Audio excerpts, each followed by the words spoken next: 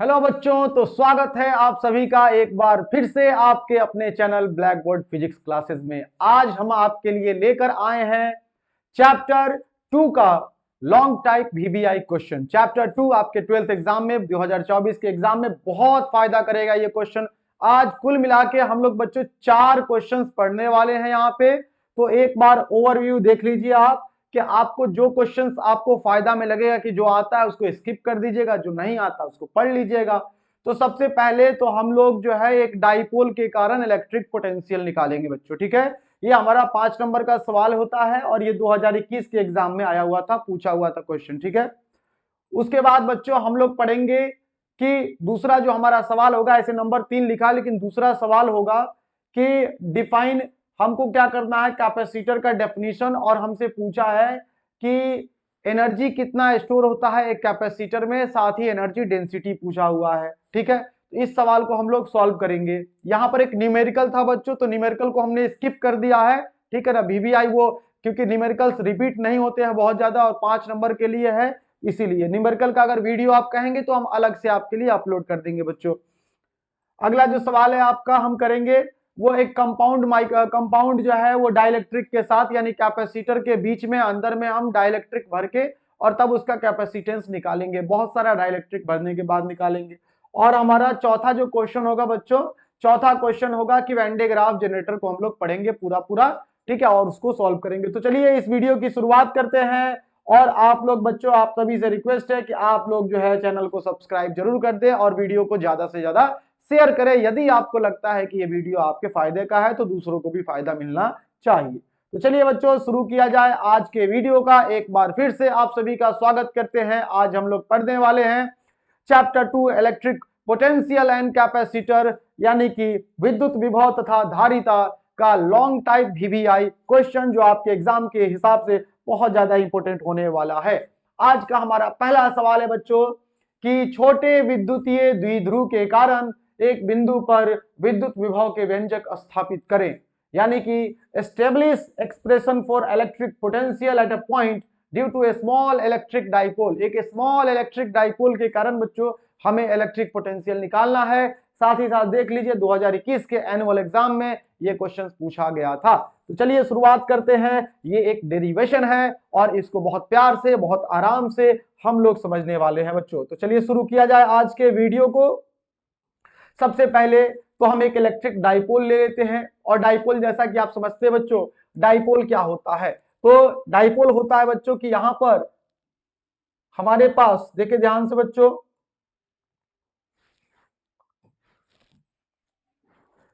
ध्यान से देखिए बच्चों कि सबसे पहले हम एक डाइपोल ले लेते हैं। ये हो गया हमारा डाइपोल, और ये एक माइनस क्यू चार्ज है और एक ये प्लस क्यू चार्ज है। ये बन गया डाइपोल। डाइपोल की दूरी जो बच्चों हम सेंटर से लेते हैं, यहां सेंटर है मान लीजिए, सेंटर से इधर एल और इधर भी हम लोग एल ले लेते हैं, यानी टोटल दूरी जो होती है वो 12 होती है। हमसे बोला है एक डाइपोल के कारण इलेक्ट्रिक पोटेंशियल निकालना है किसी भी पॉइंट पे। तो ना तो एक्सिस बोला है और ना ही इक्वेटर बोला है बच्चों, तो हम लोग किसी जनरल पॉइंट पर निकाल देंगे। जनरल पॉइंट के लिए हम लोग क्या करते हैं कि यहाँ पर एक पॉइंट ले लेते हैं बच्चों, इधर एक पॉइंट ले लेते हैं हम लोग यहाँ पे, और इस पॉइंट को हम लोग कुछ भी मान सकते हैं, एम मान लेते हैं। सो एम पॉइंट जो है वो कितनी दूरी पर है, तो डाइपोल से दूरी है उसकी आर, कितनी है, आर है बच्चों। डाइपोल से दूरी का मतलब होता है डाइपोल के सेंटर से दूरी, तो यहाँ सेंटर से दूरी हो गया आपका आर, और सेंटर से इधर एल और इधर भी कितना है, एल, यानी टोटल लेंथ ऑफ डाइपोल है बच्चों 2l का, ठीक है। और इस एंगल को दिखा देंगे कि यहाँ पर जो एंगल है यानी आर जो है यहाँ पे हमारा, वो इसके डाइपोल मोमेंट से कितना एंगल बना रहा है, थीटा एंगल। डाइपोल मोमेंट का दिशा क्या होता है बच्चों, ये माइनस क्यू से प्लस क्यू, यानी इससे थीटा कोण बना रहा है। अब इसके कारण हमको बच्चों यहाँ पर इस डाइपोल के कारण पॉइंट एम पर हमें निकालना है इलेक्ट्रिक पोटेंशियल। बहुत ही आसान डेरिवेशन है इसका, अगर आप अच्छे से समझ के सीख लोगे। तो चलो शुरू करते हैं इसको। सबसे पहले बच्चों कि डाइपोल है क्या, एगो प्लस चार्ज और एगो माइनस चार्ज है। तो हम क्या करेंगे, अलग अलग दोनों के कारण पोटेंशियल निकालेंगे। एक बार माइनस क्यू के कारण पोटेंशियल निकालेंगे पॉइंट एम पर, एक बार प्लस क्यू के कारण पॉइंट एम पर पोटेंशियल निकालेंगे, और दोनों को हम सीधे जोड़ देंगे। क्योंकि बच्चों पोटेंशियल एक स्केलर क्वांटिटी है, तो वेक्टर और डायरेक्शन का कोई जरूरत है नहीं इसमें। तो एक एक करके हम लोग यहाँ पर क्या करते हैं, पोटेंशियल को निकालते हैं। और पोटेंशियल निकालने के लिए बच्चों आपको एक फॉर्मूला आना चाहिए बस, और ज्यादा कुछ नहीं। एक फॉर्मूला आना चाहिए कि एक पॉइंट चार्ज के कारण इलेक्ट्रिक पोटेंशियल का फॉर्मूला होता है बच्चों V बराबर 1/4 पाई एप्सिलॉन नॉट, याद रखें 1/4 पाई एप्सिलॉन नॉट, और Q बाई R ये फॉर्मूला होता है बच्चों एक पोटेंशियल का पॉइंट चार्ज के कारण। इसी फॉर्मूले का हम लोग इस्तेमाल करने वाले हैं। तो आइए बच्चों हम एक एक करके इनके कारण पोटेंशियल यहाँ पर एक एक करके माइनस क्यू और प्लस क्यू के कारण पॉइंट एम पर निकालते हैं पोटेंशियल। अब पोटेंशियल निकालने के लिए जैसा कि देख सकते हैं आर यानी दूरी पता होनी चाहिए, यानी इस जगह से हमको दूरी पता होनी चाहिए इसकी। तो दूरी के लिए थोड़ा सा ट्रिक लगाएंगे और उस ट्रिक पर आप लोग खास करके बहुत अच्छे से ध्यान देंगे बच्चों। ट्रिक क्या लगाएंगे देखिएगा, हमें ये दूरी चाहिए, तो यहां से हम इस पॉइंट एम तक ये दूरी हमको चाहिए। देखिए बच्चों ये दूरी हमको चाहिए, ठीक है, और ये दूरी भी चाहिए हमको, प्लस 4 से भी दूरी चाहिए। तो इसके लिए हम इस आर वाले लाइन को एक्सटेंड करेंगे और यहां तक लाएंगे और ऐसे परपेंडिकुलर लाइन यहां से खींच देंगे, ठीक है बच्चों। और साथ ही साथ यहां से भी एक परपेंडिकुलर लाइन हम लोग ऐसे करके खींच देंगे, ठीक है बच्चों। यहां से दोनों जगहों से हमने परपेंडिकुलर लाइन खींच दिया। अब बच्चों देखिए अगर ये एंगल थीटा है तो इधर वाला एंगल भी क्या हो जाएगा, थीटा हो गया। और ये एल किसका मान है, तो एल इसका मान है, ठीक है ना, इस वाले लेंथ का मान है। अब देखिए बच्चों वेक्टर में थोड़ा कंपोनेंट तोड़ने आपको आना चाहिए। कंपोनेंट कैसे टूटता है बच्चों, तो जैसे कंपोनेंट टूटता है, मान लो ये कोई वेक्टर है आपका ए और ये एंगल है थीटा, ठीक है ना। हम लोग एल ही लेके बना देते हैं, यहाँ पर देखना ध्यान से। तो हम लोग यहाँ पर एल लेके बनाते हैं। तो मान लो कि वेक्टर है कोई एल, ठीक है, और यहाँ पर एंगल है थीटा और इसका कंपोनेंट तोड़ना है। तो इसके दो कंपोनेंट टूट सकते हैं, एक इस पर टूटेगा एल कॉस थीटा और इस पर टूटेगा एल साइन थीटा, दो कंपोनेंट्स के टूटेंगे। इसी कॉन्सेप्ट का बच्चों यहाँ पर इस्तेमाल करना है। और इस एल को देखिए, इस एल को ब्रेक करना है, एक इस पे और एक इस पे। तो देखो इधर एंगल सटा हुआ है तो इधर आएगा एल कॉस थीटा, यहाँ क्या आ जाएगा एल कॉस थीटा आ जाएगा, ठीक है। और इधर एल साइन थीटा आ जाएगा, जिसका हमको जरूरत नहीं है इसलिए उसको नहीं लिख रहे हैं। उसी तरीके से बच्चों यहाँ भी देखिए ये थीटा है और ये क्या है एल है। तो इसका कंपोनेंट अगर हमको इस पे चाहिए, यानी यहाँ से यहाँ की दूरी हमको पता करनी है, तो ये कितना हो जाएगा, इस पर कंपोनेंट टूटेगा तो ये हो जाएगा आपका, ये भी हो जाएगा एल कॉस थीटा। ये वाली जहां ग्रीन तक हम लाइन खींचे वहां तक दूरी हो जाएगी बच्चों एल कॉस थीटा। अब इससे फायदा क्या हुआ है, फायदा ये हुआ है बच्चों कि ये एंगल बहुत छोटा, डाइपोल बहुत छोटा है, तो ये एंगल बहुत छोटा होता है। एंगल बहुत छोटा होने के कारण ये साइड और ये साइड बराबर हो जाएगा। हमें सेंटर से यहां तक की दूरी पता थी, अगर हम इसमें ये वाला दूरी जोड़ दे तो टोटल दूरी इसके बराबर हो जाएगी, यानी ये आर और ये एल कॉस थीटा दोनों को जोड़ने वाले हैं, तो ये टोटल दूरी हो जाएगी बच्चों are plus L cos theta. ध्यान देंगे, ठीक। उसी तरीके से बच्चों ये टोटल दूरी हमको पता थी यहां से यहां तक की, ठीक है ना। तो हमको तो ये चाहिए दूरी, तो यहां से परपेंडिकुलर खींच दिया तो ये दूरी और ये दूरी बराबर हो जाएगी बच्चों। तो टोटल आर है, आर में से एल कॉस थीटा घटा देंगे तो इतना आ जाएगा जो कि इसके बराबर होगा। तो ये दूरी हो जाएगी r minus l cos theta. बहुत अच्छे से, बहुत टाइम लेके आराम से समझाया। इसको दोबारा अगर देखना हो तो रिपीट कर ले, देख ले, नहीं समझ में आया तो पीछे करके और फिर से देख ले, क्योंकि ये समझ में आना चाहिए आपको। यहीं तक आपको दिमाग लगाना था, इसके बाद बिल्कुल एकदम दिमाग रख दो साइड में और आओ हमारा वीडियो देखो। देखो अब हम एक एक करके बच्चों क्या करेंगे, एक बार प्लस चार्ज के कारण, एक बार माइनस चार्ज के कारण पोटेंशियल निकालेंगे बच्चों। देखना ध्यान से। तो पोटेंशियल निकालते हैं पॉइंट पी पर, पॉइंट एम पर, ठीक है। पॉइंट एम पर पोटेंशियल निकालते हैं हम लोग। देखो बच्चों, तो potential at point M, potential at point M बच्चों, पॉइंट एम ड्यू टू कौन सा चार्ज, एक बार हम माइनस क्यू एक बार प्लस क्यू के कारण निकाल लेंगे। तो चलो प्लस क्यू के कारण निकालते हैं, due two plus Q charge.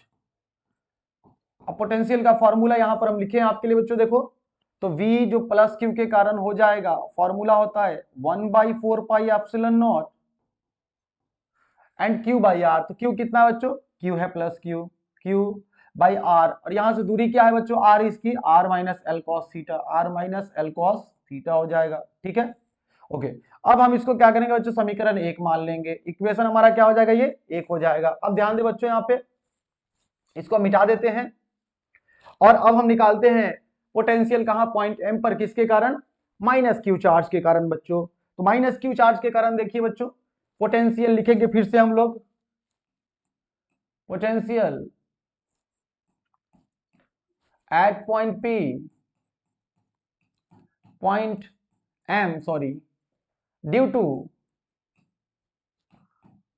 Minus Q charge.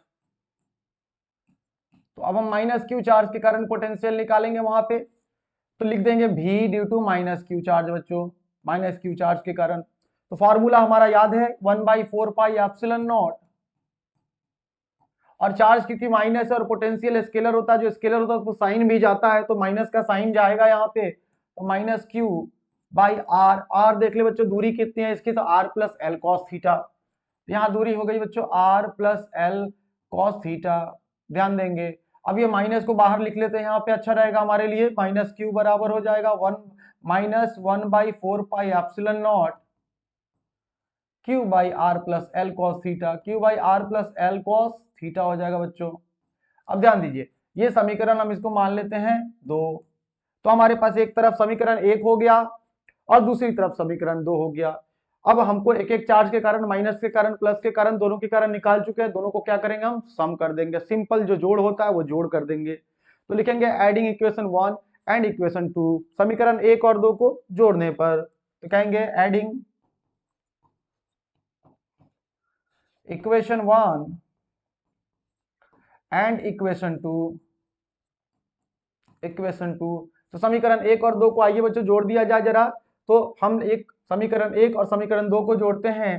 तो समीकरण 1 में v प्लस क्यू है, यानी टोटल जो पोटेंशियल बनेगा डाइपोल के कारण वही होगा दोनों को जोड़ के। ये टोटल पोटेंशियल आ जाएगा डाइपोल का v, डाइपोल के कारण, डाइपोल लिख दे रहे हैं, डाइपोल के कारण क्या हो जाएगा बच्चों, तो v प्लस क्यू के कारण प्लस v माइनस क्यू के कारण।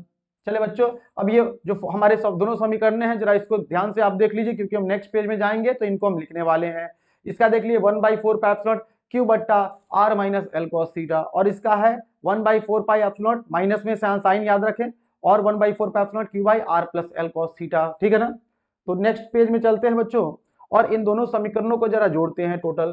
तो हमारा v बराबर आ जाएगा बच्चों, टोटल जो v डाइपोल के कारण बन रहा है, तो प्लस के कारण जो पोटेंशियल आया था बच्चों वो आया था 1/4 pi epsilon naught Q by r minus l cos theta, ठीक है।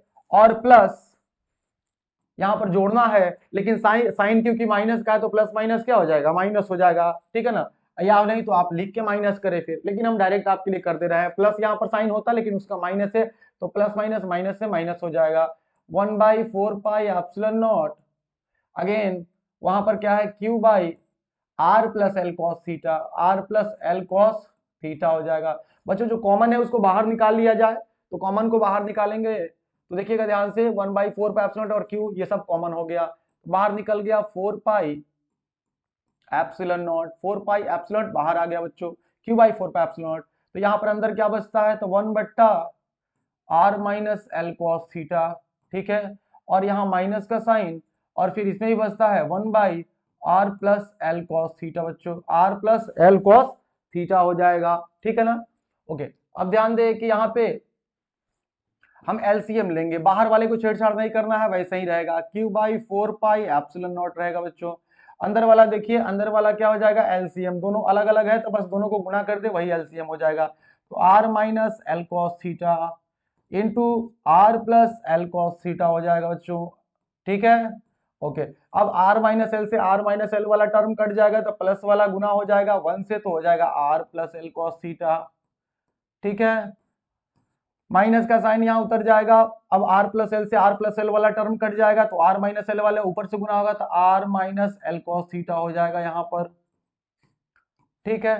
अब देखिए बच्चों नेक्स्ट में क्यू बाई 4 पाई एप्सिलॉन उसको वैसे ही ले आना है ना। और यहाँ पर बच्चों ब्रैकेट को खोलेंगे तो r plus L cos theta, ठीक है। और माइनस प्लस यहाँ आर क्या हो जाएगा, माइनस हो जाएगा, और माइनस माइनस ये क्योंकि माइनस है।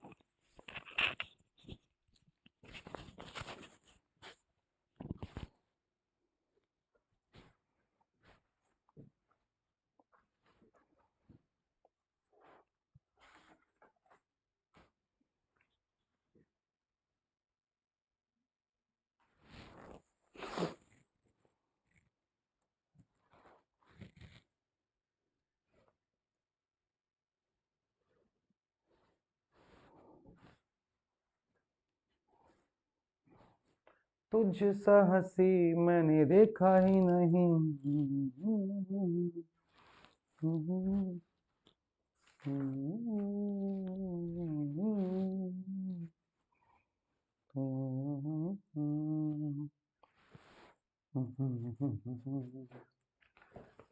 Collecting baby, collecting baby।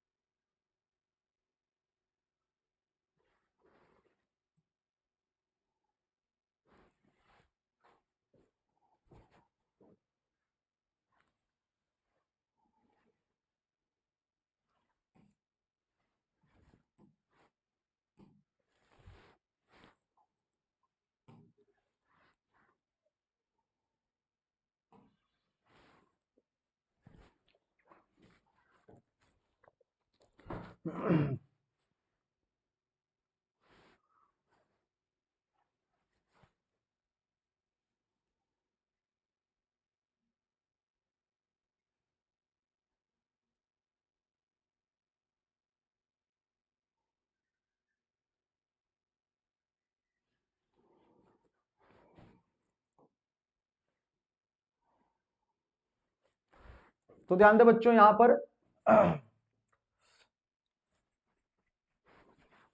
तो ध्यान दीजिए कि यहां पर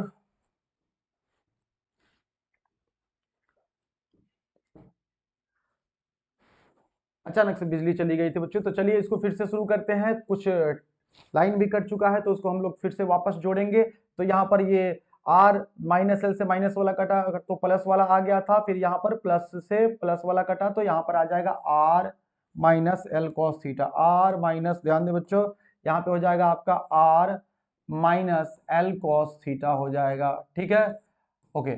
अब यहाँ पर बच्चों हमको क्या करना था, इधर वाले को छेड़खानी नहीं करनी है, वैसे ही रख देना है। Q by 4 pi epsilon not हो जाएगा। और ब्रैकेट के अंदर में बच्चों इसको ब्रैकेट को खोलेंगे अब, तो r plus L cos theta हो जाएगा, है ना। और यहाँ पर माइनस से माइनस आर हो जाएगा और यहाँ पर हो जाएगा माइनस एल कॉस थीटा। ठीक है, माइनस एल कॉस थीटा हो जाएगा बच्चों, माइनस एल कॉस थीटा। ओहो, बड़ा प्रॉब्लम है, वेट ए मिनट, ये प्रॉब्लम भी दूर हो जाएगा। सारी कठिनाइयों को पार करके हम जीतेंगे इस जंग को बच्चों, है ना। जीतेंगे सारे वादे। देखिए बच्चों, तो यहाँ पर माइनस माइनस क्या हो जाएगा, ये प्लस हो जाएगा। माइनस माइनस प्लस क्या हो जाएगा, एल कॉस थीटा हो जाएगा बच्चों। ठीक है, और नीचे वाले देखें, नीचे वाले टर्म को बच्चों देखो, यहाँ पर ए प्लस ए माइनस बी इंटू ए प्लस बी के फॉर्मूला पे इसको अगर ए मान लिया जाए, इसको बी मान लिया जाए और इसको ए और बी, तो ए माइनस बी इंटू ए प्लस बी होता है ए स्क्वायर माइनस बी स्क्वायर। ये हो जाएगा ए स्क्वायर की जगह आर स्क्वायर और माइनस बी स्क्वायर की जगह क्या हो जाएगा बच्चों, तो एल कॉस थीटा का स्क्वायर, यानी एल पर भी स्क्वायर आएगा और कॉस थीटा पर भी स्क्वायर, यानी कॉस स्क्वायर क्या हो जाएगा, थीटा हो जाएगा बच्चों। ठीक है, अब हम यहाँ पर ये मान के चलेंगे, हम यहाँ पर ये मान के चलेंगे बच्चों कि इसको पहले जो कटने वाला है, मेरी मक्खी बड़ा परेशान कर रही है ना, कहाँ से मक्खी घुस जाती है, ओए बहुत परेशानी है। चलिए देखिए ध्यान से, कोई बात नहीं है। तो यहाँ पर r square minus l square cos square theta, बच्चों जो कटेगा काटिए, आर से आर क्या हो जाएगा, कैंसिल हो गया। तो हमारे पास जो बचता है उसको हम लोग क्यों ना लिख लें इधर, तो इधर लिख लेते हैं बच्चों। देखिए ध्यान से, तो v बराबर क्या हो जाएगा, v बराबर हो जाएगा यहाँ पर जो बचा है क्यू बाई 4 पाई एप्सिलॉन, उसको रख दिया जाए Q by 4 pi epsilon not. ठीक है, अंदर में क्या बचता है वो देखा जाए। अंदर में बचता है बच्चों L cos theta plus L cos theta, यानी 2l कॉस थीटा, ये हो जाएगा 2l कॉस थीटा। ठीक है, और नीचे में देखिए बच्चों, नीचे में ये जैसे वैसे रख दिया जाए, r square minus l square cos square theta. Okay, अब देखिए ध्यान से, भी बराबर यहाँ पे, यहाँ देखिए बच्चों कि इसको लिख दिया 1/4 पाई एप्सिलॉन नॉट। ठीक है, और ये इसको लिख दिया Q इंटू 2l, साथ में लिख दिया यहाँ, ठीक है ना, बट्टा r square minus l square cos square theta. और बच्चों ये कॉस थीटा ऊपर में था, इसको रहने दिया जाए। अब कहा है ये छोटा सा डाइपोल, क्वेश्चन में ही हमको क्या कहा था, छोटा सा डाइपोल है। डाइपोल अगर छोटा होगा तो सोचिए डाइपोल का जो लेंथ होगा बच्चों वो भी कितना छोटा होगा, है ना। डाइपोल का अगर लेंथ छोटा होगा तो आर के मुकाबले एल बहुत कम हो जाएगा। तो फॉर शॉर्ट डाइपोल हम याद रखेंगे कि फॉर शॉर्ट डाइपोल यानी कि छोटे डाइपोल के लिए बच्चों एल जो होता है वो बहुत बहुत छोटा होता है आर से। और अगर एल छोटा है बहुत ज्यादा तो उसका स्क्वायर और भी छोटा हो जाएगा, और इसलिए हम एल को क्या कर देंगे, निग्लेक्ट कर देंगे, यानी जीरो मान लेंगे।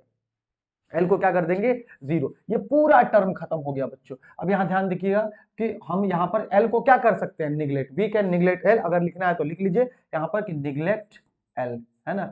निग्लेक्ट कर दीजिए एल को नजरअंदाज कर दीजिए। अगर हम निग्लेक्ट कर लेंगे बच्चों, यहां ध्यान दीजिए, निग्लेक्ट कर दिया तो ये क्या हो जाएगा, v बराबर क्या हो जाएगा, 1/4 पाई एप्सिलॉन नॉट। देखिए 1/4 पाई एप्सिलॉन नॉट, और q इंटू 12 होता है बच्चों डाइपोल मोमेंट। p बराबर क्या होता है, q इंटू 12 होता है। तो यहाँ पर q इंटू 12 हो जाएगा, p ऊपर में ये cos थीटा, और बच्चों यहाँ पर नीचे में क्योंकि ये पूरा टर्म जीरो हो चुका है तो बचा क्या, सिर्फ आर स्क्वायर। लीजिए आपका फॉर्मूला निकल चुका है। आपका फॉर्मूला v बराबर एक डाइपोल के कारण कहीं पर भी किसी जनरल पॉइंट पर इलेक्ट्रिक पोटेंशियल का फॉर्मूला होता है 1/4 pi epsilon not p cos theta बटा आर स्क्वायर। हम एक बार साइड हो रहे हैं, अगर आप स्क्रीनशॉट ले रहे हैं तो बेशक ले लीजिए। और हम अब आगे बढ़ते हैं, और थोड़ा और इसमें बाकी है, कुछ और बातें हम बताना बाकी है आपको बच्चों, ध्यान दें। कुछ और बात आप ध्यान दें बच्चों, यहां पे ध्यान दीजिए बच्चों। तो कुछ और बात में क्या है, तो पोटेंशियल हमारा क्या निकला है डाइपोल के कारण, है ना। डाइपोल के कारण potential due to dipole, potential due to dipole, है ना। द्विध्रुव के कारण विद्युत विभव निकला है हमारा कितना, v बराबर आया है बच्चों 1/4 पाई एप्सिलॉन नॉट और p cos थीटा बट्टा आर स्क्वायर। ये फॉर्मूला डाइपोल का आ गया। अब यहां पर कुछ स्पेशल केस बच्चों, क्योंकि डाइपोल में दो बहुत इंपॉर्टेंट पॉइंट्स होते हैं, एक होता है अक्ष यानी एक्सिस, और एक होता है इक्वेटर, ठीक है। हम उन दोनों जगहों पर बच्चों निकालने वाले हैं फॉर्मूला। तो समझिए स्पेशल केस में दिखाते हैं आपको। स्पेशल केस नंबर 1 पहला, है ना। स्पेशल केस के लिए कहां पे, ऑन एक्सिस पे दिखाते हैं आपको। एक्सिस पे देखिए बच्चों, एक्सिस क्या होता है बच्चों, ध्यान देना आप कि एक्सिस होता है ये है, देखिए ये है dipole minus Q plus Q, और इसी लाइन पर अगर आगे बढ़ जाते हो तो इधर ही मिलता है आपको एक्सिस। तो जब सोचो एक्सिस होगा, जब ऐसे ऐसे था आर, है ना, तो एंगल होता था कितना, थीटा। अगर यही एक्सिस हो जाएगा यानी आर सीधा हो जाएगा तो डाइपोल मोमेंट यानी पी ऐसे डाइपोल मोमेंट, और इसके बीच में एंगल कितना हो जाएगा, आर के बीच में एंगल कितना हो जाएगा, जीरो हो जाएगा। तो यहाँ पर बच्चों हम क्योंकि यहाँ लिए हैं, है ना, एक्सिस पर लिए हैं, तो थीटा क्या हो जाएगा, थीटा हो जाएगा आपका 0 डिग्री, ठीक है ना। तो इसीलिए एक्सिस पर जो इलेक्ट्रिक फील्ड आता है बच्चों, एक्सिस पर जो इलेक्ट्रिक पोटेंशियल आता है बच्चों, वो क्या हो जाता है, ध्यान देना, पी कॉस थीटा। कॉस कितना हो जाएगा, 0, कॉस 0 कितना होता है, 1 हो जाता है। इसीलिए फॉर्मूला होता है 1/4 पाई एप्सिलॉन नॉट, है ना, पी बट्टा आर स्क्वायर। पी बट्टा कितना होता है बच्चों, आर स्क्वायर एक्सिस पर होता है, ठीक है। अब स्पेशल केस नंबर 2 देखिए बच्चों, और याद रखिए ये मैक्सिमम होता है, सबसे ज्यादा पोटेंशियल एक्सिस पर होता है डाइपोल के कारण, है ना, ये मैक्सिमम। इसको आप मैक्सिमम भी याद रख सकते हो, ये मैक्सिमम होता है, ठीक है ना। अब ध्यान दो, स्पेशल केस नंबर 2 देख लो बच्चों। स्पेशल केस नंबर 2 ध्यान दीजिएगा, स्पेशल केस नंबर क्या हो जाएगा, 2। तो स्पेशल केस नंबर 2 पर अगर आप ध्यान दे बच्चों, तो ये हम निकालेंगे इक्वेटर पर। कहां निकालेंगे, इक्वेटर पर, इक्वेटर पे, ऑन इक्वेटर पे निकालने वाले हैं, ठीक है। इक्वेटर क्या होता है बच्चों, तो ये मान लो डाइपोल है माइनस क्यू प्लस क्यू, ठीक है ना। और यहाँ पर इक्वेटर होता है इसके सेंटर से बीचों बीच ऊपर, है ना, सेंटर बीच में काटने वाला। ये एंगल थीटा क्या हो जाएगा बच्चों, 90 डिग्री हो जाएगा। और कॉस 90 कितना होता है बच्चों, कॉस 90 होता है 0। अगर कॉस 90 0 होता है तो ये पूरा क्या हो जाएगा टर्म 0। यानी याद रखो कि v जो इक्वेटर पर आता है एक डाइपोल के कारण बच्चों, वो कितना होता है, वो 0 होता है। तो इतना जब करेंगे आप तब जाके मिलेगा आपको 5 नंबर। और ये बहुत ज्यादा मुश्किल नहीं है, हम एक बार फिर से आपको दिखा देते हैं। आप देखिए हमने जो ये डेरिवेशन का पूरा किया है, कुछ नहीं, बीच में बिजली चली गई थी, उससे थोड़ा डिस्टरबेंस पैदा हुआ। और तो यहां पर हमने क्या किया कि माइनस क्यू प्लस क्यू, दो को चार था, दोनों का कारण हमने निकाला, एक एक करके दोनों को हमने क्या कर दिया, जोड़ दिया, दोनों को क्या कर दिया, एक एक करके जोड़ दिया, और सिंपल मैथमेटिक्स से हमने ये निकाल लिया। दो जगह इंपॉर्टेंट था स्पेशल केस हमारा, स्पेशल केस हमने देखा एक्सिस पर देखा, जहां मैक्सिमम होता है, और मिनिमम कहां होता है, इक्वेटर पे, ये इक्वेटर वाला मिनिमम होता है बच्चों, ठीक है। तो ये रहा आपका पहला वाला डेरिवेशन का कंप्लीट पूरा सॉल्यूशन, इतना करना है 5 नंबर के लिए, इससे ज्यादा नहीं करना है। बढ़ते हैं अगले सवाल की तरफ। अगला सवाल क्वेश्चन नंबर हमारा ये 2 होगा आज का, ठीक है ना, भले 3 यहाँ पे लिखा है लेकिन क्वेश्चन नंबर 2 क्या होगा, 2 होगा। क्या कहता है सवाल, जरा ध्यान से आप लोग भी पढ़िए, पॉज करके पढ़ लीजिए एक बार, हम तो बोलेंगे ही, ठीक है। तो कहता है सवाल में कि किसी संधारित्र की धारिता को परिभाषित कीजिए, ठीक है ना, यानी हमको कैपेसिटर का कैपेसिटेंस का क्या करना है, डेफिनेशन, कैपेसिटर के कैपेसिटेंस का डेफिनेशन बताना है।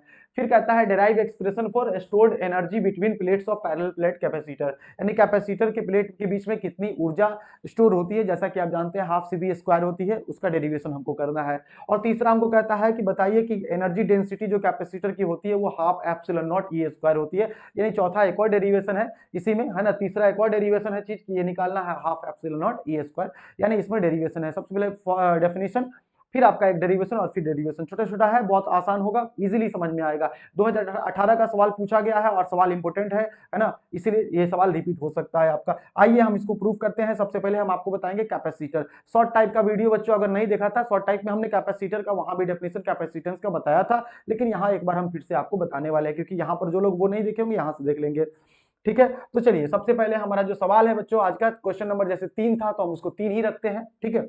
और ये कह रहा है कैपेसिटेंस बताइए, कैपेसिटर के कैपेसिटेंस यानी कि संधारित्र की धारिता को बताएं। संधारित्र की धारिता क्या होती है बच्चों, तो कैपेसिटेंस, डेफिनेशन नहीं लिखेंगे, बोल देंगे खाली, ठीक है ना, लिखने में टाइम वेस्ट नहीं करेंगे, नहीं तो हिंदी वाले कहेंगे भाई इंग्लिश में लिखवा देते हैं, हिंदी में नहीं लिखवाते हैं, ठीक है ना। तो हम एक एक बार दोनों के लिए बोल देते हैं, ठीक है। अगर आप सुन के लिखना चाहते हैं तो लिख सकते हैं बच्चों। याद रखें फॉर्मूला से हम याद करते हैं डेफिनेशन को, तो याद रखें कि C बराबर फॉर्मूला होता है Q बाई V, है ना, कैपेसिटेंस का फॉर्मूला होता है Q बाई V।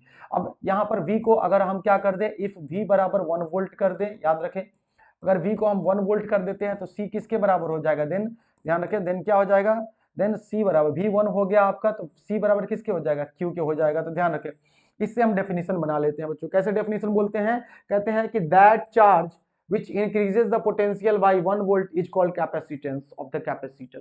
फिर से बोल रहे हैं, that charge which increases the potential by 1 volt is called capacitance of the capacitor या कंडक्टर, कंडक्टर का भी कैपेसिटेंस होता है। हिंदी में बोल रहे हैं, ध्यान सुन लीजिए, कि वह आवेश जो किसी चालक के विभव को 1 वोल्ट बढ़ा दे उसे उस चालक की धारिता कहते हैं, है ना। वह आवेश जो किसी चालक के विभव को 1 वोल्ट बढ़ा दे उसे उस चालक की धारिता कहते हैं, ठीक है बच्चों। अब इसका फॉर्मूला जैसे कि होता है C बराबर क्या होता है, Q बट्टा V। अब फॉर्मूला, यूनिट, डायमेंशन, ये सब आपको आना चाहिए बच्चों। तो इसका SI यूनिट क्या होता है जरा देख लीजिए बच्चों, SI यूनिट क्या होता है इसका देखेंगे। SI यूनिट की अगर बात करते हैं तो SI यूनिट होता है बच्चों फैराड, क्या होता है, FARAD, फैराड, ठीक है। SI यूनिट याद रखिए क्या होता है, फैराड होता है, जिसे हम लोग कैपिटल F से डिनोट करते हैं, ठीक है ना। अब 1 फैराड कितना के बराबर होता है, तो ये भी ध्यान रखें 1 फैराड का बराबर होता है, बना तो इसी से ना है, Q बाई V, तो Q चार्ज का कूलम हो गया और V क्या हो जाएगा, V पोटेंशियल हो जाएगा, वोल्ट हो जाएगा इसका यूनिट, तो कूलम पर वोल्ट के, 1 कूलम पर वोल्ट के बराबर होता है, 1 कूलम पर वोल्ट के। तो ये ऑब्जेक्टिव में आपके आ सकता है, ठीक है ना, फॉर्मूला ऑब्जेक्टिव में आ सकता है, यूनिट ऑब्जेक्टिव में आ सकता है। और देखिए बच्चों ध्यान से, हम इसका डायमेंशन बताए थे आपके लिए, तो डायमेंशन अगर हम आपको निकाल के दिखाए बच्चों तो फटाफट वो भी हम कर सकते हैं, ठीक है ना। ऐसे आपको कमेंट करना चाहिए डायमेंशन, लेकिन चलिए कुछ बच्चों ने कमेंट किया था डायमेंशन का, है ना, अब वीडियो बनाने के क्रम में नहीं देख पाए, हम अगले वीडियो में उनका जरूर नाम ले लेंगे, ठीक है ना। फिर से यहाँ पर देखिए बच्चों, कैपेसिटेंस C बराबर क्या था, Q बट्टा V था, Q बट्टा V कैपेसिटेंस का फॉर्मूला। अब चार्ज का डायमेंशन होता है बच्चों AT, देखो कुछ ना कुछ तो आना चाहिए, अब चार्ज का तो निकाल के नहीं ना दिखा सकते हैं यहाँ पे, इतना लंबा वीडियो हो जाएगा। और पोटेंशियल का क्या हो जाएगा, देखो ऐसे दूसरी जगह वीडियोस देखोगे आप तो आपको ये सब निकालने को नहीं, जो पूछा है वो बताया जाएगा, हम यहाँ डिटेल में बता रहे हैं क्योंकि आप सीख रहे हो, ठीक है ना, सीख रहे हो, ये सब लिखोगे तभी जाके 5 नंबर अच्छे से मिलेंगे आपके, ठीक है बच्चों। अब देखिए वो पोटेंशियल का होता है बच्चों work done per unit charge, तो work done per unit charge से बच्चों बन जाता है वर्क का ML2T-3, है ना, ML2T-2 होता है बट्टा चार्ज होता है, तो यहाँ पे हो जाएगा ML2T-3 A-1, तो ये A- कितना हो जाएगा, 1 हो जाएगा। अगर इसको हम ऊपर भेजे बच्चों, ऊपर भेजे तो देखिए हो जाएगा M का जाएगा ऊपर तो M-1, L ऊपर तो L-2, T ऊपर तो प्लस में है, प्लस में वहां है, T 4 हो जाएगा, A जाएगा ऊपर में तो प्लस में हो जाएगा, A 1 1 2 हो जाएगा। तो ये इसका डायमेंशन होता है। और आपको याद रखनी है कैपेसिटेंस कैसी क्वांटिटी है बच्चों, कैपेसिटेंस एक स्केलर क्वांटिटी है। कैसी क्वांटिटी है बच्चों, स्केलर क्वांटिटी है। तो ये डेफिनेशन हो गया। हालांकि इतना चीज आपको लिखना जरूरी नहीं है एग्जाम में, लेकिन आपके लिए हम बताए हैं कि अगर आपसे कहीं भी पूछ सकता है तो आप उसका सही सही जवाब देखो। देखो ज्यादा पढ़ाना कोई नुकसानदायक तो नहीं है क्या, है ना। तो अच्छे से समझ गए आप। चलो अब आगे बढ़ते हैं। हमसे क्या पूछा था बच्चों, हमसे बोला था कि एक कैपेसिटर के प्लेटों के बीच में कितनी एनर्जी स्टोर होती है। आइए जरा हम energy stored between the plates of capacitor निकालते हैं बच्चों। एनर्जी स्टोर्ड यानी ऊर्जा कितनी संचित रहती है, तो एनर्जी स्टोर्ड निकालते हैं हम लोग, ठीक है ना। स्टोर्ड निकालते हैं बच्चों, कैपेसिटर के प्लेट के बीच में कितनी एनर्जी स्टोर होती है। देखो बच्चा ये कैपेसिटर है ना, सिंपल प्लेट बना रहे हैं, हालांकि ये होता कैसा है, प्लेट ऐसे होते हैं, ठीक है ना। तो यहाँ पर हम चाहे तो ऐसा बना देंगे, लेकिन क्यों, क्या फायदा, आप सिंपल हम ऐसे हॉरिजॉन्टल लाइंस वर्टिकल लाइंस खींच दिए, इसको प्लेट मानेंगे, ठीक है ना। ये कैपेसिटर है। तो प्लेटों के बीच की दूरी होती है बच्चों d, और इस प्लेट का एरिया, जैसे ये प्लेट है तो प्लेट का एरिया कितना होता है a, तो इसका भी एरिया कितना हो जाएगा a, इसका भी एरिया कितना हो जाएगा बच्चों a हो जाएगा, ठीक है ना। अब ध्यान दें बच्चों कि इसको प्लेट का एरिया यहां पर कितना हो गया है, a हो गया है। अब देखिए बच्चों इसके अंदर एनर्जी कितनी स्टोर होगी, एनर्जी स्टोर होगी बच्चों, इसमें ध्यान रखिए कि जितना इसको कहीं से लेके आने में, क्योंकि एक प्लेट पर प्लस क्यू चार्ज होता है ना, और एक प्लेट पर माइनस क्यू चार्ज होता है, ठीक है। तो जितना एनर्जी, जितना इसको लाके इस प्लेट को, माइनस वाले प्लेट को कहीं से लेके आएंगे उठा के, यहाँ तक लाने में जो वर्क हुआ होगा वही एनर्जी बन जाता है पोटेंशियल एनर्जी, और इसमें स्टोर हो जाता है, ठीक है ना। तो उठा के कहीं ले आए तो चलो वर्क निकालते हैं। वर्क का फॉर्मूला जानते हो, फोर्स इंटू क्या होता है, डिस्प्लेसमेंट होता है। तो छोटा सा वर्क, क्योंकि छोटा सा डिस्प्लेसमेंट देंगे पहले, तो डी डब्ल्यू बराबर हो जाएगा बच्चों फोर्स इंटू छोटा सा डिस्प्लेसमेंट। देखो एक डेरिवेशन पहले भी किया था, उसमें भी ये यूज होता है, बहुत जगह ये यूज होता है। छोटा सा वर्क निकाल लिया, फोर्स इंटू डिस्प्लेसमेंट निकाल लिया, ठीक है ना। अब फोर्स का फॉर्मूला जानते हो बच्चों, क्या होता है, क्यू इंटू ई। तो डी डब्ल्यू बराबर क्या हो जाएगा बच्चों, क्यू इंटू ई हो जाएगा यहाँ पे, ठीक है। क्यू इंटू ई इंटू क्या हो जाएगा, डीएक्स हो जाएगा। अब बच्चों ई इंटू डीएक्स, अगर आप फॉर्मूला आपको याद हो कि ई बराबर क्या होता है, dV by dx, dV by dx formula होता है। तो यहां से आप जो है कि निकाल सकते हो क्या, कि इसको उधर भेजोगे तो डीवी बराबर क्या आ जाएगा, E into dx, E into dx बच्चों, ठीक है। तो डीवी की जगह देखो ध्यान से, अगर इसको कॉपी पर कॉपी कलम लेके बैठो और इसको लिख लिया करो, है ना, हम तो मिटा देंगे लेकिन आप इसको लिख लिया करो। तो यहाँ पर क्या कर देंगे हम लोग, डीवी बराबर क्या कर देंगे, ई इंटू डीएक्स कर देंगे, यहाँ पे ध्यान दीजिएगा। तो चूंकि डीवी बराबर क्या होता है बच्चों, ई इंटू डीएक्स होता है, डीवी बराबर क्या होता है, ई इंटू डीएक्स होता है, ध्यान दीजिएगा। तो हम इसको एक बार यहाँ पे लिख देते हैं, चूंकि चूंकि डीवी बराबर होता है E into dx, E into dx, तो रख देते हैं यहाँ पे। इसीलिए डी डब्ल्यू बराबर, इसीलिए डी डब्ल्यू बराबर बच्चों क्यू, तो क्यू रहेगा, और ई इंटू डीएक्स की जगह क्या हो जाएगा बच्चों, डीवी हो जाएगा, ठीक। अब हमको टोटल वर्क चाहिए, टोटल वर्क के लिए क्या करेंगे, इंटीग्रेशन करेंगे बच्चों। डी डब्ल्यू बराबर यहाँ पर देखें, ये क्या था, क्यू। एक और चीज देखिए, क्यू बराबर क्या होता है कैपेसिटर बच्चों, क्यू बराबर होता है सीवी, क्या होता है, सीवी। क्यू बराबर सीवी रख देंगे यहाँ पर वैल्यू, इंटू क्या हो जाएगा, ये डीवी, और इसको इंटीग्रेशन कर देंगे। पोटेंशियल जीरो से लेके कहां तक, वी। पहले पोटेंशियल क्या था, जीरो, अब पोटेंशियल कितना हो गया, वी हो गया। तो जीरो से वी तक इसको इंटीग्रेट कर देंगे। अब बच्चों जो यहाँ पर कांस्टेंट है कैपेसिटेंस, तो ये डी डब्ल्यू क्या हो जाएगा, डब्ल्यू हो जाएगा, टोटल वर्क डन निकल जाएगा, ठीक है ना। बराबर ऐसे सी बाहर आ गया, अंदर में क्या बचा आपका, वी इंटू डीवी। जीरो से कहां तक इंटीग्रेट करना है, वी तक। इंटीग्रेशन हम ये मान के चल रहे हैं कि आपको थोड़ा बहुत इंटीग्रेशन आ रहा होगा, ठीक है। तो यहाँ पर वर्क बराबर क्या हो जाएगा बच्चों, सी तो बाहर निकला हुआ, बहुत अच्छा। इंटीग्रेशन करेंगे तो जैसे एक्स का क्या होता है, एक्स स्क्वायर, एक्स पावर में वन जुड़ता है, तो भी है वन, तो वन प्लस वन बट्टा वही नीचे में आ जाता है, वन प्लस वन। तो यहाँ v हो जाएगा, v का पावर दो बट्टा कितना हो जाएगा, दो, और जीरो से कहां तक, v तक हो जाएगा बच्चों। इसीलिए वर्क बराबर, ध्यान दे बच्चों, c, ऐसा करें कि हम इस दो को बाहर निकाल लेते हैं, हाफ को, तो हाफ बाहर निकल गया, c अंदर में एक बार अपर लिमिट तो वी स्क्वायर की जगह वी स्क्वायर, एक बार लोअर लिमिट तो जीरो का क्या हो जाएगा, स्क्वायर क्या हो जाएगा, जीरो हो जाएगा। इस तरह से बच्चों वर्क डन आ गया हाफ CV स्क्वायर। और जैसा कि हमने कहा था बच्चों कि यही वर्क उसमें स्टोर हो जाता है एज ए पोटेंशियल एनर्जी, है ना। तो हम कहेंगे this work is stored as potential energy, है ना, in the capacitor. This work is stored as potential energy, shortcut में पी लिख देते हैं बच्चों, इसलिए पोटेंशियल एनर्जी को यू से दिखाते हैं, यू बराबर क्या हो जाएगा, हाफ CV स्क्वायर। ध्यान से देख लीजिए बच्चों, एक बार हम हट जाते हैं, अगर स्क्रीनशॉट ले रहे हैं तो आप ले सकते हैं बच्चों, ठीक है। ये हो गया दूसरा उसी का पार्ट जो हमसे पूछा था कि दिखाओ हाफ CV स्क्वायर पोटेंशियल होता है ना। अब हम आगे बढ़ते हैं बच्चों। ठीक, हमसे एक और चीज पूछा है, क्या पूछा है, एनर्जी डेंसिटी दिखाओ कि half epsilon not E square होता है। ठीक है ना, दिखाओ, हमसे कहा है कि दिखाओ कि एनर्जी डेंसिटी यानी ऊर्जा घनत्व बच्चों, एनर्जी डेंसिटी जो है वो आपका एनर्जी डेंसिटी, हमसे बोला कि एनर्जी डेंसिटी बच्चों कितना दिखाना है, half epsilon not E square, इसको निकाल के दिखा देना है। ठीक है ना, एनर्जी डेंसिटी बच्चों half epsilon not E square होता है, इसको निकाल के दिखा देना है। तो आओ निकाल देते हैं। एनर्जी डेंसिटी होता क्या है बच्चों, देखो, तो एनर्जी डेंसिटी जो होता है यानी ऊर्जा घनत्व जो होता है बच्चों, तो एनर्जी डेंसिटी जो होता है वो होता है एनर्जी पर यूनिट वॉल्यूम, यानी एनर्जी बट्टा ENERGY, energy per unit volume, energy per unit volume. याद रखना, डेफिनेशन लिखना हो एनर्जी डेंसिटी का तो लिख देना यहाँ पर, बिल्कुल लिख देना कि एनर्जी डेंसिटी होता है energy per unit volume is called energy density, यानी इकाई आयतन में उपस्थित ऊर्जा को ऊर्जा घनत्व कहते हैं। अब देखिए यहाँ पे, ये तो हो गया, चाहे तो यहाँ से यूनिट निकाल सकते हैं, डायमेंशन निकाल लेते हैं, लेकिन हम आपका ज्यादा समय ना लेंगे। हो सकता है आप में से कई सारे बच्चे कहीं बोर हो रहे होंगे कि अरे ये सब क्या निकाल रहे हैं, जो पढ़ाना है वो पढ़ाइए, लेकिन ये सब जरूरी होता है बच्चों, है ना। ये सब अगर आप हमसे पढ़ रहे हैं तो पूरा कंप्लीट अच्छे से पढ़िए, ठीक है ना।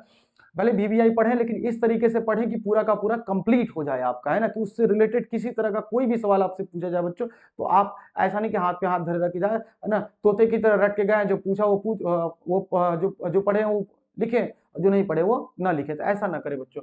ठीक है, एनर्जी डेंसिटी आइए निकालते हैं, इसको स्मॉल यू से दिखाते हैं बच्चों, ठीक है ना। और ये होता है एनर्जी पर यूनिट वॉल्यूम, भी क्या है बच्चों, यहाँ पे वॉल्यूम है, याद रखे, है ना। इसको इसीलिए पूरा लिख देंगे तो वोल्टेज समझ जाओगे आप। अब U बराबर बच्चों कितना आया है, हाफ CV स्क्वायर, हाफ कितना है बच्चों, CV स्क्वायर आया है, ठीक है ना। और बच्चों यहाँ देखो, वॉल्यूम, वॉल्यूम किसका, कैपेसिटर का, कैपेसिटर का वॉल्यूम कैसे निकलेगा, एरिया प्लेट का कितना होता है A, और दोनों प्लेट के बीच की दूरी कितनी होती है D, तो इस तरीके से एरिया इंटू डिस्टेंस करेंगे तो वॉल्यूम निकल जाएगा। यानी यहाँ पर हम एरिया और गुने डिस्टेंस कितना था दोनों प्लेट के बीच का, D डिस्टेंस था, ऐसे कर दिया। अब बच्चों यहाँ वैल्यूज कुछ पुट करना पड़ेगा हमको, क्या वैल्यू पुट करना पड़ेगा, तो U बराबर देखेंगे बच्चों आप कि यहाँ पे हो जाएगा आपका हाफ, ठीक है। C का वैल्यू कैपेसिटर के कैपेसिटेंस का, पैरेलल प्लेट के कैपेसिटर के कैपेसिटेंस का फॉर्मूला होता है बच्चों एप्सिलॉन नॉट A बट्टा D, ठीक है, ये आ गया।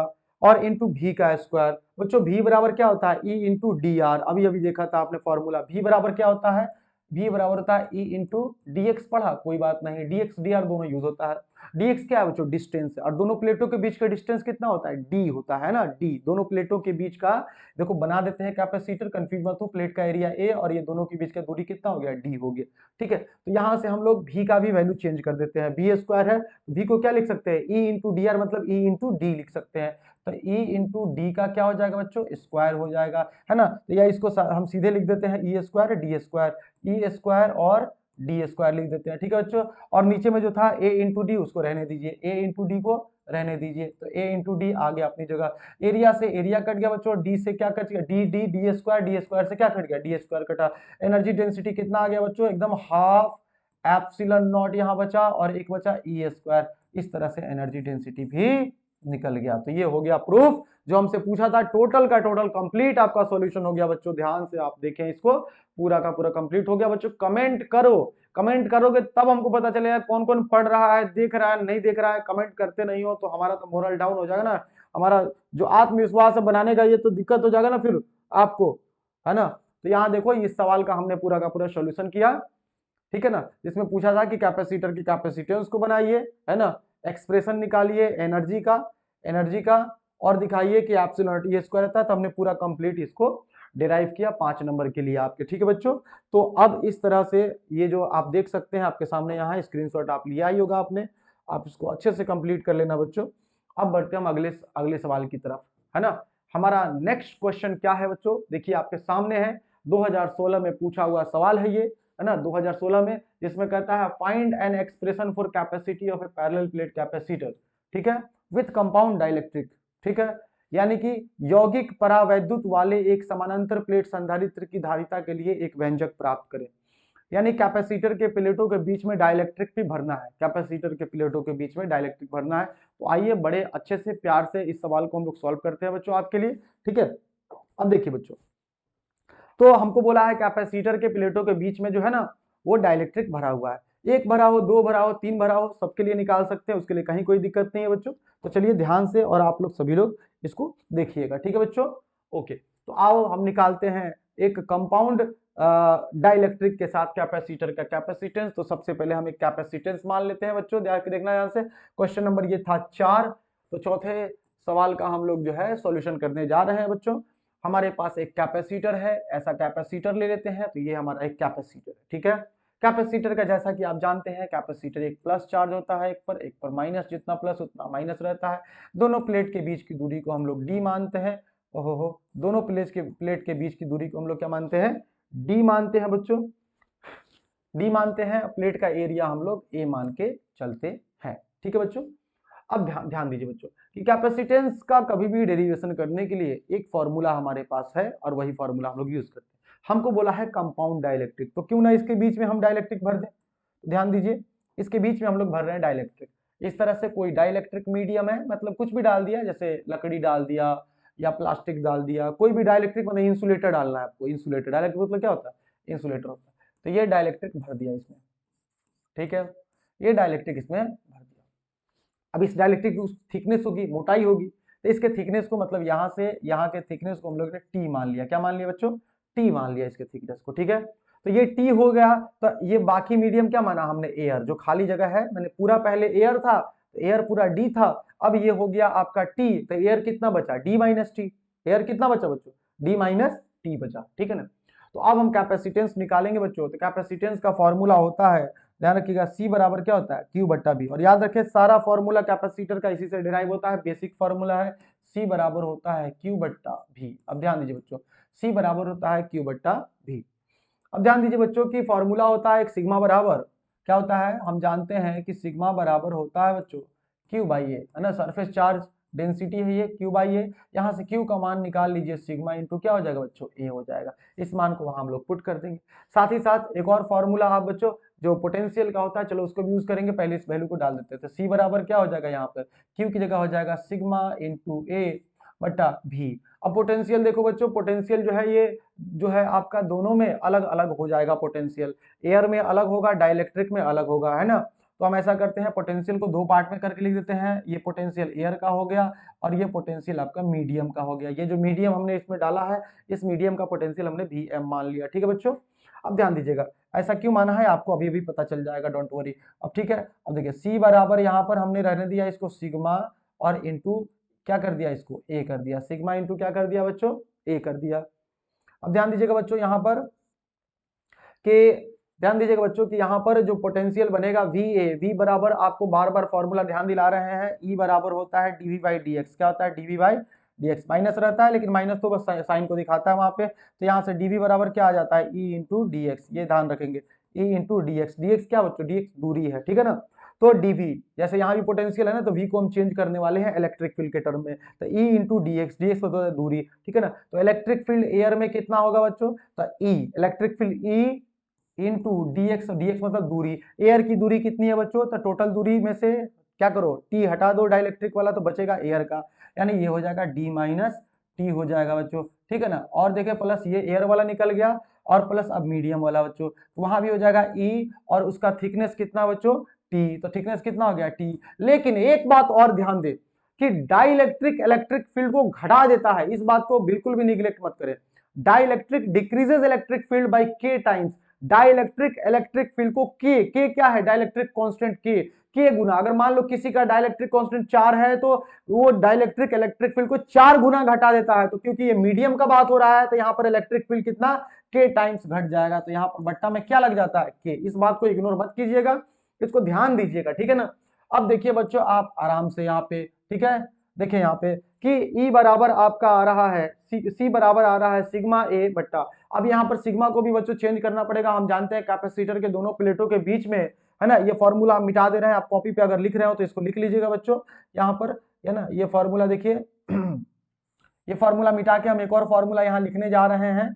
देखिए ध्यान से कि फॉर्मूला होता है, जानते हैं कैपेसिटर के दोनों प्लेटों के बीच में इलेक्ट्रिक फील्ड का फॉर्मूला होता है sigma by epsilon not, sigma by epsilon not. तो यहाँ इधर भेज देंगे तो सिग्मा बराबर क्या हो जाएगा, ई इंटू एप्सिलॉन नॉट। इस मान को हम लोग रखने वाले हैं, ठीक है ना। तो सी बराबर देखना बच्चों, सी बराबर हो जाएगा आपका सिग्मा, सिग्मा की जगह क्या रखने वाले हैं, E इंटू एप्सिलॉन नॉट, तो रख देते हैं E इंटू एप्सिलॉन नॉट, और साथ में क्या बच्चों A है तो A को भी रख दिया जाए, ठीक है ना, बट्टा यहाँ देखिए नीचे में जो है E दोनों में है बच्चों, क्यों ना कॉमन ले लिया जाए इसको, क्या E को हमने कॉमन ले लिया बच्चों, E को बाहर निकाल लिया, समझ गया ना क्यों कॉमन लिया है, काटना है उसको हमको, तो बचा क्या यहाँ पे D माइनस टी, तो D माइनस ए टी बचा, और प्लस यहाँ क्या बचा T और बट्टा K बचा, तो ये क्या हो जाएगा T बट्टा K हो जाएगा बच्चों, दिख रहा है ना आपको बढ़िया से, ठीक है अभी तक तो दिख रहा है। अब ध्यान दीजिए बच्चों, E से E यहाँ कैंसिल हो गया, तो C बराबर क्या आया बच्चों, आया एप्सिलॉन नॉट, ठीक है ना, ए बट्टा यहाँ पर आ गया D minus T plus T बट्टा कितना आ रहा है के, तो ये हो गया आपका कैपेसिटर का कैपेसिटेंस का फॉर्मूला, ये रहा इसका डेरिवेशन। लेकिन लेकिन लेकिन हम इसमें थोड़ा सा और काम करेंगे बच्चों, ठीक है ना, इसमें हम थोड़ा सा और काम करेंगे। सबसे सिंपलेस्ट तरीका था, सबसे आसान तरीका कहोगे अरे 4 लाइन 5 लाइन में हो गया, ये कैपेसिटेंस का फॉर्मूला प्रूफ हो गया, जी हाँ प्रूफ हो गया तो हो गया, छोटा सा प्रूफ है तो क्या दिक्कत है आपको पढ़ने में, ठीक है ना, ये आपका के है, ठीक है। तो अब ध्यान दीजिए बच्चों, यहां पर अगर मान लीजिए कि बहुत सारा मीडियम रहता है ना, मान लीजिए कि डाइलेक्ट्रिक आपका जो ये कैपेसिटर है, ठीक है ध्यान दीजिएगा, तो इसमें एक नहीं बल्कि कई सारे डाइलेक्ट्रिक भरे हुए हैं। मान लो यहाँ पे एक ऐसा डाइलेक्ट्रिक भरा हुआ है जिसका डाइलेक्ट्रिक कांस्टेंट K1 है, ठीक है, और इसका थिकनेस T1 है, ठीक है। यहाँ पर एक दूसरा कलर का डाइलेक्ट्रिक दूसरा डाल देते हैं, यहाँ पर एक दूसरा डाइलेक्ट्रिक भरा हुआ है, ये लास्ट में ये भी जोड़ देना है ना, कह रहे हो ना कम है तो इसको भी जोड़ देना मन करेगा तो ये इसका डाइलेक्ट्रिक कांस्टेंट K2 है और इसका थिकनेस कितना है T2 है बच्चों, ठीक है। उसी तरीके से एक और हम डाइलेक्ट्रिक भर देते हैं बच्चों, इसमें एक और डाइलेक्ट्रिक भर देते हैं, यहाँ पर ध्यान दे कि एक और डाइलेक्ट्रिक भर दिया हमने, ठीक है। अब यहाँ पर इसका कितना है K3 है डाइलेक्ट्रिक कांस्टेंट, और इसकी चौड़ाई कितनी है वो T3 है, तो इसका कैपेसिटेंस का फॉर्मूला क्या हो जाएगा, तो वेरी सिंपल, इसी फॉर्मूले को देख के हम सबका फॉर्मूला लिख देंगे। यहाँ पर देखिए एप्सिलॉन नॉट, देखिए एप्सिलॉन नॉट ए, ठीक है ना, ये फॉर्मूला वहां पर हम लिख देते हैं और उसको देख के आपको कंपेयर करके बना देते हैं, ठीक है ना। तो सी का फॉर्मूला क्या आया था कि सिर्फ एक डाइलेक्ट्रिक के साथ जो आया था वो आया था एप्सिलॉन नॉट ए बट्टा D minus T plus T बट्टा के, ये फॉर्मूला आया था ना। अब इसी को देख के बच्चों हम लोग जो है एक, अगर मान लो बहुत सारा, यहाँ लिख देना कि if there are more than one dielectric mediums, है ना, अगर अलग अलग एक से ज्यादा डाइलेक्ट्रिक मीडियम से, मान लो 3 डाइलेक्ट्रिक मीडियम, इस तरीके से डायग्राम आप बना के दिखा दोगे कि K1 है K2 है K3 है T1 है T2 है T3 है, तो इसके कैपेसिटेंस का फॉर्मूला कुछ अलग नहीं बल्कि वैसा ही आएगा एप्सिलॉन नॉट ए बट्टा नीचे में बच्चों देखो यहाँ D और माइनस क्या है T है, तो T एक नहीं बल्कि अब T1 T2 T3 है, तो आप लिख दो T1 plus T2 plus T3 plus T3 कर दो बच्चों, ठीक है ना, इस तरीके से। और यहाँ क्या है प्लस प्लस T बट्टा K, तो T1 बट्टा K1 है ना, T2 बट्टा K2 और T3 बट्टा क्या हो जाएगा K3 हो जाएगा। इस तरीके से आप ऐसे ब्रैकेट घेर दो और ये बन गया आपको बहुत सारे डाइलेक्ट्रिक मीडियम अगर भरे भरेंगे इस तरीके से सबका कैपेसिटेंस का फॉर्मूला ऐसा निकल जाएगा। तो ये था इसका डेरिवेशन, ठीक है ना। अब हम बढ़ेंगे अपने अगले सवाल की तरफ, और लॉन्ग टाइप में शायद ये हमारा आखिरी सवाल है, लॉन्ग टाइप में हमारा आखिरी सवाल है बच्चों, ध्यान दे कि explain with principle the construction and working of Van de Graaff generator. Van de Graaff generator को समझना है, सिद्धांत सहित किसी वेन डे ग्राफ जनरेटर की बनावट तथा क्रिया पद्धति की व्याख्या करें। ध्यान दे बच्चों, इस क्वेश्चन को हम 2 बार समझाएंगे, एक बार पूरी तरीके से अंग्रेजी में और एक बार पूरी तरीके से हिंदी में। तो अंग्रेजी में समझाने क्या मतलब, हम अंग्रेजी में बोलेंगे, नहीं भाई मुझे अंग्रेजी बोलनी नहीं आती है, हम इसको अंग्रेजी में आपको एक बार हिंदी बोलेंगे, हिंदी में ही, तो आप 2 बार समझने का मौका 2 बार समझिएगा, चाहे हिंदी में पढ़ते हो अंग्रेजी पढ़ते हो, दोनों बार आप समझिएगा, ठीक है। तो जब भी कोई डिवाइस पूछता है बच्चों, तो डिवाइस का डेफिनेशन होता है, उसका प्रिंसिपल होता है, कंस्ट्रक्शन होता है, डायग्राम होता है, वर्किंग होता है, उसका क्या फायदा है क्या नुकसान है, ये सारा चीजें होता है, तो इसको हम लोग ध्यान से पढ़ेंगे, ठीक है ना। अब क्योंकि ये बच्चों थ्योरेटिकल ज्यादा था इसलिए हमने इसको लिख के लाया, आराम से आपको समझा देंगे, ठीक है ना, लिखने में आपका समय व्यर्थ जाता बच्चों, ठीक है ना। ऐसा नहीं कि हमको नहीं आता है, ये मत सोच लीजिएगा, ठीक है। तो अब आते हैं वेन डे ग्राफ जनरेटर क्या होता है बच्चों। तो एक डिवाइस होता है जो बहुत हाई वोल्टेज पैदा करने के लिए बनाया जाता है। आपसे एक ऑब्जेक्टिव मॉडल पेपर में पूछा हुआ था शायद, या प्रीवियस ईयर में पूछा हुआ था कि वेन डे ग्राफ जनरेटर इनमें से क्या पैदा करता है, तो याद रखिएगा केवल high voltage, high current warrant पैदा नहीं करता है, बस वोल्टेज पैदा करता है। चलिए टाइम वेस्ट ना करते हुए बच्चों, आपका समय बहुत कीमती है, हम इसको समझते हैं। तो सबसे पहले बच्चों वेन डे ग्राफ जनरेटर क्या है, ठीक है। तो one day Graaff generator is a device used for building up high voltages of the order of few million volt. When de graph एक ऐसा यंत्र है जो लाखों वोल्ट, फ्यू मिलियन मतलब 10 लाख वोल्ट, है ना, 10 लाख वोल्ट तक वोल्टेज पैदा करने के लिए बनाया जाता है। These large electric fields are these large electric fields are used to accelerate the charged particles like electrons। मान लीजिए बच्चों कि आपको किसी न्यूक्लियस के, किसी एटम के न्यूक्लियस को तोड़ना है, तो आप उसको हथौड़ी मार के तो तोड़ नहीं सकते हैं, है ना। आप उतना ही छोटा कोई पार्टिकल जो है, जैसे मान लो कि न्यूक्लियस को तोड़ना है तो कोई आप प्रोटॉन के मार के फेंकोगे, प्रोटॉन, अब प्रोटॉन हाथ में मार के फेंक नहीं सकते हो इधर से ऐसे लेके कि प्रोटॉन मार के फेंक दिया न्यूक्लियस पे, न्यूक्लियस टूट गया, ऐसा नहीं ना कर सकते हो। तो क्या करना पड़ेगा बच्चों, आपको आपको प्रोटॉन को एक्सीलरेट कराना पड़ेगा, है ना, कहीं पर आपको हाई वोल्टेज लगा के उसको एक्सीलरेट कराना है और वो जाके न्यूक्लियस मारेगा और उसको तोड़ देगा, ठीक है ना। तो इसीलिए इसका यूज किया जाता है। तो ये आपको these large electric fields are used to accelerate charged particles. अब भाई पोटेंशियल अगर लाखों वोल्ट का पोटेंशियल बनाएगा तो इलेक्ट्रिक फील्ड भी तो बनेगा ना। तो वही कह रहा है कि these large electric fields are used to accelerate the charge particles. भाई जानते हो ना कि जब किसी चार्ज को इलेक्ट्रिक फील्ड में रखते हैं उसमें फोर्स लगता है, फोर्स लगेगा तो एक्सीलरेशन पैदा होगा न्यूटन के हिसाब से, ठीक है ना, न्यूटन के लॉ से। तो यहाँ पर एक्सीलरेट कराया जाता है। तो वैन डे ग्राफ जनरेटर एक तरीके से क्या है, पार्टिकल एक्सीलरेटर है, चार्ज पार्टिकल एक्सीलरेटर है ना। ये एक्सीलरेटर कहलाता है, एक्सीलरेट करने वाला है ना, बहुत तेज गति से किसी चीज को एक्सीलरेट कराने के लिए। तो वैन डे ग्राफ जनरेटर से किस किस चीज को एक्सीलरेट कराया जाता है, जैसे कि आप देख सकते हैं इलेक्ट्रॉन, प्रोटॉन और आयन, इन सब पे चार्ज होता है। आपसे सवाल पूछे अगर कि क्या वैन डे ग्राफ जनरेटर से न्यूट्रॉन को एक्सीलरेट कराया जा सकता है, जवाब होगा नहीं, न्यूट्रॉन को एक्सीलरेट नहीं कराया जा सकता, क्योंकि न्यूट्रॉन पे चार्ज नहीं होता, जीरो होता है, ठीक है। अब आते हैं प्रिंसिपल यानी कि सिद्धांत पे बच्चों। सिद्धांत क्या कहता है इसका ध्यान से देखेंगे आप लोग। It is based on the following two electrostatic phenomenas. ये दो सिद्धांतों पर आधारित है, दो इलेक्ट्रोस्टैटिक के दो सिद्धांतों पर, दो फेनोमेना पे आधारित है। जैसे पहला सिद्धांत है आपका बच्चों की pointed ends can't can not retain charge due to high energy density. ठीक है बच्चों, pointed ends can not retain charge due to high charge density. बच्चों जो पॉइंटेड एंड्स होता है, जैसे कि हम आपको दिखाएं, मान लो ये कोई कोई कंडक्टर है इस तरीके से, है ना, और इस तरीके से कहीं पर इस तरीके से आपका पॉइंटेड वहां पर एंड है, तो यहाँ का जो एनर्जी, यहाँ का जो डेंसिटी हो जाएगा चार्ज डेंसिटी, क्योंकि सरफेस चार्ज डेंसिटी की बात करें तो होता है सिग्मा बराबर क्यू बाई ए।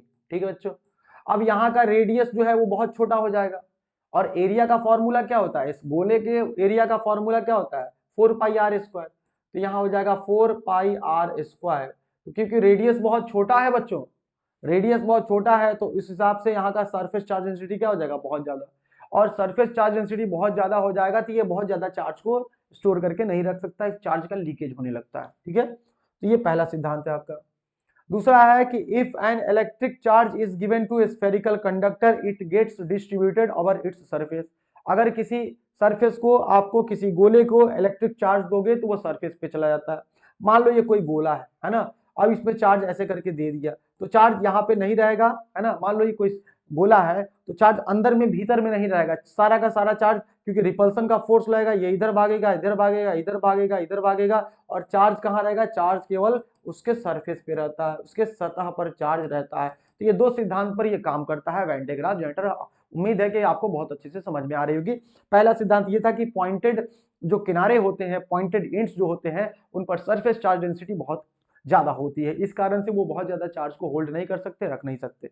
दूसरा बच्चों कि आपका इलेक्ट्रिक चार्ज जब हम किसी स्फीयर को देते हैं तो वो कहाँ जाता है, बाहर वाले सरफेस पर चला जाता है। आगे बढ़ते हैं बच्चों और कंस्ट्रक्शन को समझते हैं। ये एक वन डे ग्राफ जनरेटर के कंस्ट्रक्शन का डायग्राम यहाँ पर दिया हुआ बच्चों, इसको बहुत अच्छे से समझिएगा। पहले तो हम डायग्राम को ऐसे ही समझे, ये फालतू चीज है, हालांकि इसको पढ़ सकते हो, लेकिन पढ़ के वैसे लिख सकते हो, लेकिन हम अपने मन से भी समझा सकते हैं इसको, ठीक है ना। तो बच्चों ध्यान देना यहाँ पे कि क्या क्या है। सबसे पहले बच्चों देखो यहाँ पे, इसको पढ़ो, जैसे कहता है S is a large spherical conducting shell. तो ये जो कंडक्टिंग सेल है आपका गोल जो बना हुआ है, हमने इसको पिक्चर को थोड़ा फैला दिया है तो इस तरीके से यह है। तो ये कंडक्टिंग जो स्फेरिकल सेल है आपका गोल, उसका नाम रख दिया इसने एस, ठीक है, एस रख दिया। अब आगे देखिए, shell of radius of a few meters, जिसका रेडियस जो होता है, यानी ये रेडियस की बात करें इसका, ये गोले का जो रेडियस होता है वो क्या होता है, कुछ मीटर का होता है, ठीक है, यानी बड़ा होता है, छोटा मोटा डिवाइस नहीं, इतना बड़ा होता है डिवाइस ये, ठीक है। This is supported to a suitable height over the insulating columns. तो ये जो कॉलम्स देख रहे हैं बच्चों यहाँ पे, ये कॉलम्स बचा हुआ है, ये इंसुलेटेड कॉलम्स होता है जिस पर इसको रखा रहता है, इस गोले को यहाँ पे रखे रहते हैं, ठीक है ना। इस गोले को कॉलम पर रखा गया है जिसका नाम है C1 और क्या है C2 दिया हुआ है। A long narrow belt of insulating material like silk और rubber is wounded around 2 pulleys. पहली बात देखो बच्चों, यहाँ पर एक पुली लगा हुआ है और यहाँ पर पुली होता है। पुली क्या होता है, आटा चक्की में जाते हो ना, जहाँ गेहूं पिसाता है आटा चक्की में, है ना, गेहूं पिसाता है तो देखो बेल्ट लगा रहेगा और देखो पुली लगा रहेगा, मतलब जिस पर बेल्ट नचता है ना, उसको पुली बोलते हैं, ठीक है। या कुएं से पहले के जमाने में जो पानी निकाला जाता था तो चक्का जो रहता था उसको क्या कहा जाता है, पुली कहा जाता है, ठीक है ना। तो इस तरीके से आपको पुली लगे हुए हैं। पुली का नाम यहाँ पर एक का नाम B2 है, ये पुली का नाम है, यहाँ पर पुली का नाम नहीं दिया गया है, तो ये दो पुली हमारा, हाँ, P1 और P2 है, ये P1 पुली है और ये क्या है हमारा P2 पुली दिया हुआ है, यहाँ पे नाम दिया हुआ है।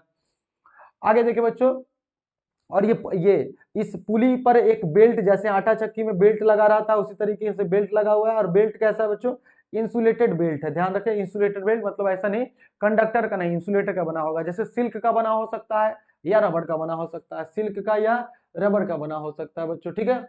और इसको वाउंड किया गया अराउंड 2 पुलीज, ठीक है ना, P1 एंड P2। आगे कहता है कि the pulley P1 is at the ground level, तो ये कहाँ है P1 जो है वो ग्राउंड लेवल पर है। और उसके बाद कहता है ground level, and P2 is at centre of S, और P2 कहाँ है, S के सेंटर, है ना, यानी इस गोले के स्फेरिकल कंडक्टिंग सेल के सेंटर पर यहाँ पर एक पुली P2 है। हम इसको मिटा देंगे, जितना भी हम रफ कर रहे हैं आपको साफ साफ दिखाई देगा, ठीक है। आगे देखिए बच्चों, कहता है the belt is kept moving continuously over the pulley with the help of A motor. एक मोटर की मदद से बच्चों, थोड़ा सा और ऊपर कर देते हैं इसको, चलिए, एक ध्यान से देखिए बच्चों, तो यहां पर ध्यान से देखेंगे कि एक बेल्ट की मदद से बच्चों, एक कहा गए with the help of A motor, एक मोटर लगा हुआ है, यहाँ पे एक मोटर लगा हुआ है। ये मोटर जो है इस पुली को क्या करता है, ड्राइव करता है। चलाने के लिए मोटर तो चाहिए ना, तो ये मोटर इसको ड्राइव करता है, चलाता है आपको। The belt is kept moving continuously over the pulley with the help of motor की मदद से यहाँ पर होता है। आगे चल के देखो कि B1 and B2 are two sharply pointed metal brushes. तो B1 और B2 बच्चों, यहाँ पर B1 और B2 यहाँ का डायग्राम में छूटा हुआ है, तो हम ब्रश बना देते हैं। पहले तो इसको हम इरेज कर देते हैं बच्चों, ध्यान दें कि इसको जो भी हमने रफ किया है उसको हम मिटा देते हैं और आपको ब्रश बना के दिखाते हैं कि यहाँ पे 2 ब्रशेज होंगे, ठीक है ना। तो यहाँ पे 2 ब्रश होगा बच्चों, देखें ध्यान से, एक ब्रश यहाँ पर है, कहीं भी बना सकते हैं, यहाँ पर एक ब्रश ऐसे करके मेटल ब्रश लग जाएगा ऐसे करके, ठीक है ना, ऐसे ऐसे बाहर निकाल देंगे उसको, कहीं भी निकाल सकते हैं, ऐसे बाहर निकाल दीजिएगा मेटल ब्रश, इसको कह दीजिएगा B1, ठीक है ना। और यहाँ पर एक मेटल ब्रश लगा हुआ है, इसको भी आप पॉइंटेड ऐसे करके, ये बना हुआ है ऐसे तीर देके, लेकिन फिर भी आप इसको ऐसे बना सकते हैं। तो 2 मेटल ब्रश लगा हुआ है, ठीक है ना। एक मेटल ब्रश क्या काम करता है बच्चों, ये चार्ज को देता है और ये चार्ज लेके इधर जाता है, और ये जब चार्ज यहाँ पहुंचता है तो ये वाला इसको खींच लेता है बाहर, ठीक है ना, बाहर खींच के और सरफेस पर इसके रख देता है। पूरा का पूरा चार्ज कहाँ रख देता है, सरफेस पर रख देता है, ठीक है ना। तो आपको fixed as shown, B1 is called the spray brush and B2 is called collecting brush. तो इसको स्प्रे, ये चार्ज को स्प्रे करता, ठीक है ना, स्प्रे करता, और B2 आपका क्या है, वो कलेक्ट करता है, इसीलिए इसको कलेक्टिंग ब्रश कहते हैं और इसको ये ब्रश कहते हैं, ठीक है। एक बार फिर से पूरा का पूरा आप समझ लीजिए बच्चों, वापस से आपको जरा हम समझा दें एक बार पूरा, ध्यान दीजिएगा आप लोग, ध्यान दीजिएगा बच्चों कि यहां पर पूरा डायग्राम आप अच्छे से एक बार देखिए कि क्या क्या कंपोनेंट्स होते हैं इसके। जरूरी नहीं कि ये लिखना है आपको, अपने मन से लिख सकते हो कि कौन कौन से कंपोनेंट है कंस्ट्रक्शन में, आप पॉइंट वाइज लिख सकते हो। कौन है कि 2 गो पुली है ना, 2 गो पुली है, मेटल का ब्रश, नॉन कंडक्टिंग जो है ब्रश बना हुआ है जो सिल्क का बना होता है या रबर का बना होता है। एक पुली को मोटर से चलाया जाता है, 2 गो ब्रश होता है, एक कलेक्टिंग ब्रश कहलाता है, एक स्प्रे ब्रश कहलाता है। यहाँ का ब्रश हम बना देते हैं फिर से, यहाँ पर एक ब्रश होता है इस तरीके से, और इसको आप जो है कि स्प्रे ब्रश कह सकते हैं, स्प्रे ब्रश हो गया है आपका, स्प्रे ब्रश हो गया बच्चों, ठीक है। और यहाँ पर जो ये ब्रश है आपका, वो कौन सा ब्रश है, ये आपका कलेक्टिंग ब्रश है, ठीक है ना।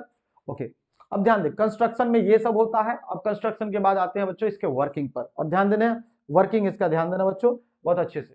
वर्किंग क्या है बच्चों, चलिए, अगर आपको ये नहीं दिख रहा है तो इसके लिए कोई दिक्कत नहीं है, हम आपको समझा रहे हैं, हम पूरा आपको लिखेंगे यहाँ पर और डिराइव करके आपको बताएंगे कि छोटा सा ये क्या फॉर्मूला है यहाँ पे, ठीक है ना। तो अगर नहीं दिख रहा है तो कोई दिक्कत नहीं। पहले वर्किंग हम बता दें क्या होता है कि as the belt moves and reaches the sphere the collecting brush B2 collect the, हम देखिए यहाँ डायग्राम से आपको समझाते हैं वर्किंग इसका क्या होता है, फिर इसको जूम करके आप लिखना होगा तो लिख लीजिएगा। ये करता क्या है, ये जो स्प्रे ब्रश है ये चार्ज इसको स्प्रे करता है, बाहर से इसको हम सोर्स से इसको चार्ज देते हैं, ये चार्ज को देता है यहाँ पे। अब क्योंकि बच्चों इसको नुकीला बनाया गया है तो यहाँ की चार्ज डेंसिटी ज्यादा होती है, ये पूरा चार्ज को स्प्रे करता जाता है। जब ये यहाँ पहुंचता है तो आपका वो दूसरा वाला नियम लग जाता है। क्या नियम है कि भाई जो जो भी चार्ज देंगे वो कहाँ चला जाता है, सरफेस पे चला जाता है। तो यहाँ से उड़ के कहाँ चला जाता है, पूरा का पूरा सरफेस पे, यहाँ पे इधर है ना, इस तार की मदद से जो कनेक्शन हुआ है इस मदद से कहाँ चला जाता है, पूरा का पूरा सरफेस पे ऊपर चला जाता है। ठीक है बच्चों, ये पूरा का पूरा आपका सरफेस पे चला जाता है, ठीक है, कलेक्ट कर लेता है। तो यही इसका बेसिक सा वर्किंग है, ठीक है ना, जो यहाँ पर समझाया गया आपको। अब हमको क्या करना है, बस अगर मान लो इससे आगे आप नहीं भी लिखते हो तो चलेगा, कोई दिक्कत नहीं है, बस इसका यूज और एप्लीकेशन लिख दो। लेकिन फिर भी हम आपको ये फॉर्मूला जो आप लिखना चाहते हो है ना, जो फॉर्मूला यहाँ दिया हुआ है उसको हम समझा देते हैं। सबसे पहले आते हैं पोटेंशियल निकालते हैं बच्चों। पोटेंशियल निकालते हैं किसके कारण, एक बार निकालेंगे हम लोग कंडक्टिंग सेल, जो पूरा स्फीयर था, ये गोला बड़ा वाला जो गोला था आपका ऐसे बीच में यहाँ पर ये था खुला हुआ था, ठीक है ना। तो ये आपका जो स्फीयर था वेन डे ग्राफ का स्फीयर था, उस पर चार्ज मान लीजिए प्लस क्यू आ गया, कैपिटल क्यू कितना आ गया उस पर चार्ज, प्लस क्यू आ गया। तो यहाँ पर क्या आ गया, प्लस क्यू चार्ज आ गया, ठीक है। अब उसका रेडियस क्या मान लेते हैं, कैपिटल आर मान लेते हैं बच्चों। तो उसके कारण जो हम पोटेंशियल निकालेंगे उसके कारण पोटेंशियल आ जाएगा, लार्ज कंडक्टिंग सेल के कारण पोटेंशियल आपका आ जाएगा V बराबर बच्चों, V बराबर 1/4, पोटेंशियल का फॉर्मूला 1/4 एप्सिलॉन क्यू बटा आर। चलो यहाँ से फॉर्मूला दिया हुआ यहीं से बताते हैं। तो उसके कारण पोटेंशियल क्या हो गया, V बराबर 1/4 एप्सिलॉन क्यू बटा, क्यू देखो कैपिटल है बड़े वाले का, और आर भी उसका रेडियस क्या है, कैपिटल, ठीक है। अब उसके बाद हम लोग निकालेंगे बच्चों, मान लेंगे कि यहाँ जो हमारा ये यहाँ पर एक छोटा सा कंडक्टिंग सेल मान लेंगे, छोटा सा कंडक्टिंग स्फीयर मान लेंगे यहाँ पर, ठीक है ना। तो यहाँ पर एक छोटा सा कंडक्टिंग स्फीयर माना बच्चों, यहाँ ध्यान देना, छोटा सा कंडक्टिंग स्फीयर कहा, suppose small conducting sphere having radius small r. तो छोटा सा कंडक्टिंग स्फीयर मान के उसका रेडियस छोटा सा आर ले लिया, and charge plus Q placed at the centre of large sphere. तो ये जो चार्ज जो जाएगा, यहां से जो चार्ज जाएगा तो यहां तो जाएगा ना, तो वहां पर मान लिया कि एक छोटा सा स्फीयर है, इसके चार्ज कितना है, प्लस क्यू है। तो उसके कारण जो पोटेंशियल बनेगा वो कितना बनेगा बच्चों, तो उसके कारण जो पोटेंशियल, बड़े वाले के कारण पोटेंशियल बना 1/4 एप्सिलॉन क्यू बाय आर, तो छोटा वाला सेल के कारण वैसा ही बनेगा 1/4 एप्सिलॉन क्यू बटा आर, ठीक है ना। तो दो पोटेंशियल निकल गया। अब जो छोटा वाला चार्ज है स्मॉल, उसके कारण स्फीयर पर कितना चार्ज आएगा, है ना, स्फीयर पर कितना चार्ज आएगा आर दूरी पर, है ना। इसके कारण एक छोटा सा गोला है बच्चों, इस गोले के कारण पहले हम सब लिख देते हैं, बड़े वाले के कारण V1 मान लेते हैं, फॉर्मूला आ गया 1/4 pi epsilon not capital Q बटा आर, ठीक है ना। फिर आता है छोटे वाले के कारण यहीं पर, ठीक है, दूर कहीं नहीं, यहाँ इसका रेडियस स्मॉल आर दिया हुआ है, चार्ज क्यू दिया हुआ है प्लस क्यू छोटा सा, ठीक है। इसके कारण पोटेंशियल निकाल देंगे तो यह आ जाएगा 1/4 pi epsilon small Q by r, ठीक। अब क्या करेंगे कि छोटे वाले के कारण हम यहां पर इस पर पोटेंशियल निकालेंगे, यहां पर पोटेंशियल निकालेंगे, तो रेडियस तो क्या हो जाएगा आपका कैपिटल आर, लेकिन छोटा वाला का चार्ज तो क्यू ही है ना, तो वहां निकालेंगे तो एक और V निकल जाएगा बच्चों, वो निकल जाएगा आपका 1/4 पाई एप्सिलॉन नॉट, और हो जाएगा ये कितना हो जाएगा, चार्ज तो इसका स्मॉल क्यू है तो क्यू बटा क्या हो जाएगा कैपिटल आर। और फिर बड़े वाले स्फीयर के कारण यहां पर निकालेंगे तो बड़े वाले के कारण तो वही पोटेंशियल रहेगा, पोटेंशियल तो हर जगह सेम होता है ना किसी गोले में, तो उसका पोटेंशियल आपका सेम टू सेम वही हो जाएगा। अब क्या करेंगे हम, यहां पर क्या करेंगे कि टोटल पोटेंशियल निकालेंगे बड़े वाले का, फिर टोटल पोटेंशियल निकालेंगे छोटे वाले का, और दोनों का क्या करेंगे, अंतर निकाल लेंगे। तो आओ जरा देखो यहाँ पे हम total potential of large sphere का टोटल पोटेंशियल देख लो पहले, लार्ज स्फीयर का टोटल पोटेंशियल देख लो ध्यान से, एक बार और समझाएंगे तो चिंता नहीं करना है। लार्ज स्फीयर के कारण देखना जरा, लार्ज स्फीयर के कारण पोटेंशियल हम लोग निकाल रहे हैं। तो लार्ज स्फीयर के कारण पोटेंशियल आ जाएगा V बराबर हो जाएगा आपका, एक तो उसके खुद के कारण बना 1/4 pi epsilon not capital Q बट्टा आर, ठीक है, और एक छोटा वाले के कारण वहां पर बना 1/4 पाई एप्सिलॉन नॉट और स्मॉल क्यू, लेकिन दूरी तो वही होगी क्योंकि बड़े गोले पर बना रहा। फिर आता है आपका ये लार्ज स्फीयर, अब स्मॉल स्फीयर के कारण बना दो, स्मॉल स्फीयर के कारण पोटेंशियल निकालो बच्चा, स्मॉल स्फीयर के कारण एक हो जाएगा, इसके खुद के कारण स्मॉल के कारण 1/4 pi epsilon not small Q बट्टा स्मॉल आर, और प्लस फिर क्या आ जाएगा 1/4 पाई एप्सिलॉन नॉट, बड़े वाले के कारण यहाँ पर क्या बनेगा, है ना, 4 पाई एप्सिलॉन नॉट कैपिटल Q बट्टा R हो जाएगा बच्चों। अब क्या करना, दोनों का डिफरेंस निकालना है, यानी दोनों को घटा देना है। तो घटा देते हैं, चलो ध्यान से देखो, डिफरेंस निकालते हैं। पोटेंशियल डिफरेंस इसको बोलेंगे, दोनों के बीच में पोटेंशियल डिफरेंस के कारण ही तो मोशन होगा उसमें और एक्सीलरेट होगा हमारा पार्टिकल, है ना। तो यहाँ पर हम टोटल यानी पोटेंशियल डिफरेंस निकाल देते हैं, है ना, डिफरेंस निकाल देते हैं, V डिफरेंस बोल देते हैं इसको। पोटेंशियल डिफरेंस बराबर क्या हो जाएगा, तो बड़े वाले में से छोटे वाले को घटाना है भाई, तो बड़ा वाला का है 1/4 pi epsilon not, 1/4 pi epsilon not Q बट्टा R capital R plus 1/4 pi epsilon not small q बट्टा कैपिटल R बच्चों, ठीक है ना। और इसको फिर घटाएंगे किससे, इससे घटा देंगे आपको, है ना। तो ये घटाएंगे तो क्यों ना घटा के हम सीधे है ना माइनस, प्लस को क्या कर देंगे, माइनस कर देंगे, ठीक है ना। तो चलो घटाएंगे तो ये पूरा का पूरा ये माइनस हो जाएगा दोनों टर्म, ये आ जाएगा -1/4 पाई एप्सिलॉन नॉट बच्चों। एकदम ध्यान से, प्लीज ध्यान से देखिएगा ना, बहुत ध्यान से देखिएगा। 1/4 पाई एप्सिलॉन नॉट Q बट्टा R, Q बट्टा स्मॉल r, है ना, स्मॉल r, फिर माइनस 1/4 पाई एप्सिलॉन नॉट बच्चों और कैपिटल Q बट्टा कैपिटल R, ठीक है। अब देखिए कुछ टर्म यहाँ पर कट जाएगा, जैसे ये टर्म कट गया आपका 1/4 Q बाई R और Q बाई R कट जाएगा। तो पोटेंशियल डिफरेंस हम डायरेक्ट अब लिख रहे हैं बच्चों, देखो डिफरेंस क्या बचेगा इसमें, पोटेंशियल डिफरेंस D लगा देते हैं, डिफरेंस लगा देते हैं यहाँ पे, तो क्या हो जाएगा, जो कॉमन है देखो Q बट्टा Q तो यहाँ है ना, दोनों पे है Q जो बच गया है, तो Q कॉमन ले लें और 4 पाई एप्सिलॉन कॉमन ले लें, तो Q बट्टा 4 पाई एप्सिलॉन नॉट और यहाँ पर हो जाएगा बच्चों, है ना, घट जाएगा इसमें से, तो ये हो जाएगा 1/R और माइनस 1/R, है ना। यहाँ देखिए 1/R माइनस 1/r, ठीक है ना। खैर अगर नहीं समझ में आया तो फिर से एक बार मौका है, क्योंकि हिंदी वालों को हम समझाने वाले हैं, तो वहां पर फिर से आप समझ लोगे।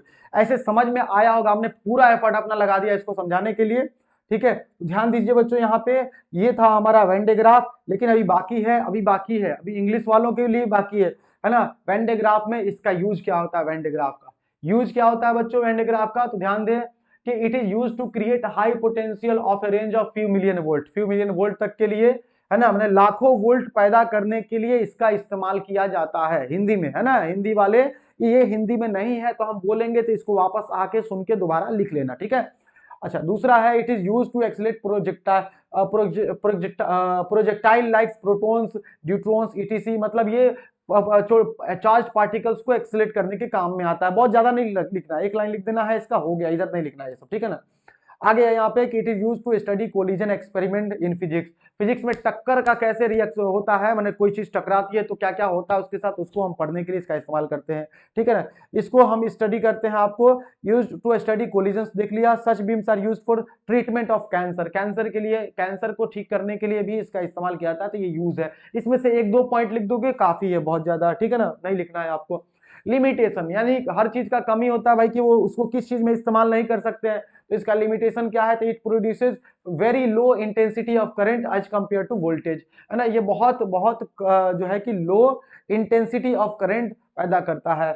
अच्छा maintenance and construction is constantly and बल्कि, इसका मेंटेनेंस जो है वो क्या है, भारी है, खर्चीला है ये, है ना, इजिली हैंडेबल नहीं है, बड़ा होता है ये, क्योंकि हर जगह लेके नहीं जा सकते हैं। It can not accelerate neutral particles, याद रखो ये न्यूट्रॉन को, है ना, कोई भी न्यूट्रल पार्टिकल्स, ऐसे न्यूट्रॉन होता है, इसलिए न्यूट्रॉन की नाम ले रहे हैं हम, का नाम ले रहे हैं हम, तो न्यूट्रॉन को एक्सेलरेट नहीं कर सकता है, तो ये बात आप ध्यान रखिएगा, ठीक है ना। अब चलो एक बार और फिर से हम लोग इसको हिंदी में समझेंगे बच्चों, तो सभी लोग ध्यान देंगे, हिंदी वाले बच्चे वन डे ग्राफ जनरेटर को ध्यान से देखेंगे।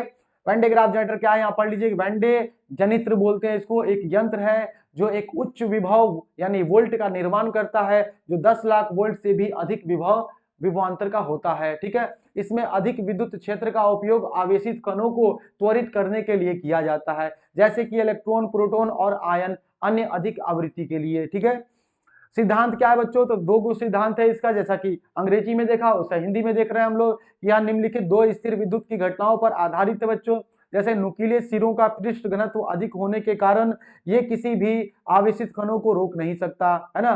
कि अगर मान लो कहीं पर नुकीला चीज रहे तो वहां चार्ज डेंसिटी आवेश घनत्व क्या होगा, ज्यादा हो जाएगा। जैसे हम फिर से आपको बता दें, ये कंडक्टर है मान लो कोई, तो यहाँ नुकीला है, तो यहाँ का सरफेस चार्ज डेंसिटी देखो क्यू बाई क्या हो जाएगा, ए हो जाएगा, क्योंकि यहाँ गोला बनाओगे रेडियस बहुत कम आएगा, तो फॉर्मूला होता है सरफेस एरिया का फॉर्मूला 4πr² होता है, रेडियस बहुत कम है, जिसके कारण आपका सरफेस चार्ज डेंसिटी यानी पृष्ठ आवेश घनत्व तो बहुत ज्यादा हो जाएगा।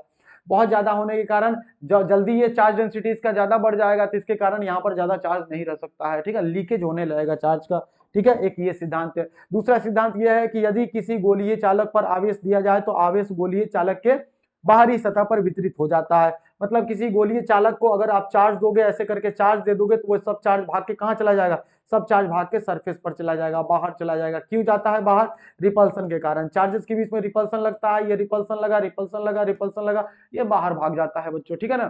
ठीक है, अब चलिए इसका समझिए कि इसका ध्यान दीजिए बच्चों कि इसका बनावट क्या होता है। तो बनावट में देखिए कि एस एक खोखला गोलीय चालक है, तो ये एस जो देख रहे हैं आप, एक खोखला गोलीय चालक है जिसकी त्रिज्या कुछ ही मीटर होती है। तो इसकी त्रिज्या कितनी होती है, यानी ये रेडियस की बात कर रहा है, वो कितना होता है, वो कुछ मीटर होता है ना, कुछ मीटर का होता है, यानी बड़ा होता है ये, ठीक है। या एक विद्युत विरोधी स्तंभों C1 C2 पर टिका हुआ है, तो ये इसका स्तंभ है यहाँ पर, ठीक है बच्चों, यहाँ ध्यान दीजिए, ये इसका स्तंभ है जो विद्युत विरोधी है, मतलब इंसुलेटर है आपका ना। अगर कंडक्टर रहेगा तो ये चार्ज इधर जाएगा, सब जमीन में भेज देगा, इसीलिए इसको इंसुलेटर बनाया गया, यहाँ पे ये इंसुलेटर टिका हुआ है, ठीक है। आगे देखिए C1 C2, इसका नाम क्या है C1 और इसका नाम क्या है C2, जो इस पर टिका हुआ है, ठीक है। P1 और P2 दो घिरनियां एक होती है, तो यहाँ पर एक घिरनी है और घिरनियां यानी पुली है, दो पुली लगा हुआ है बच्चों।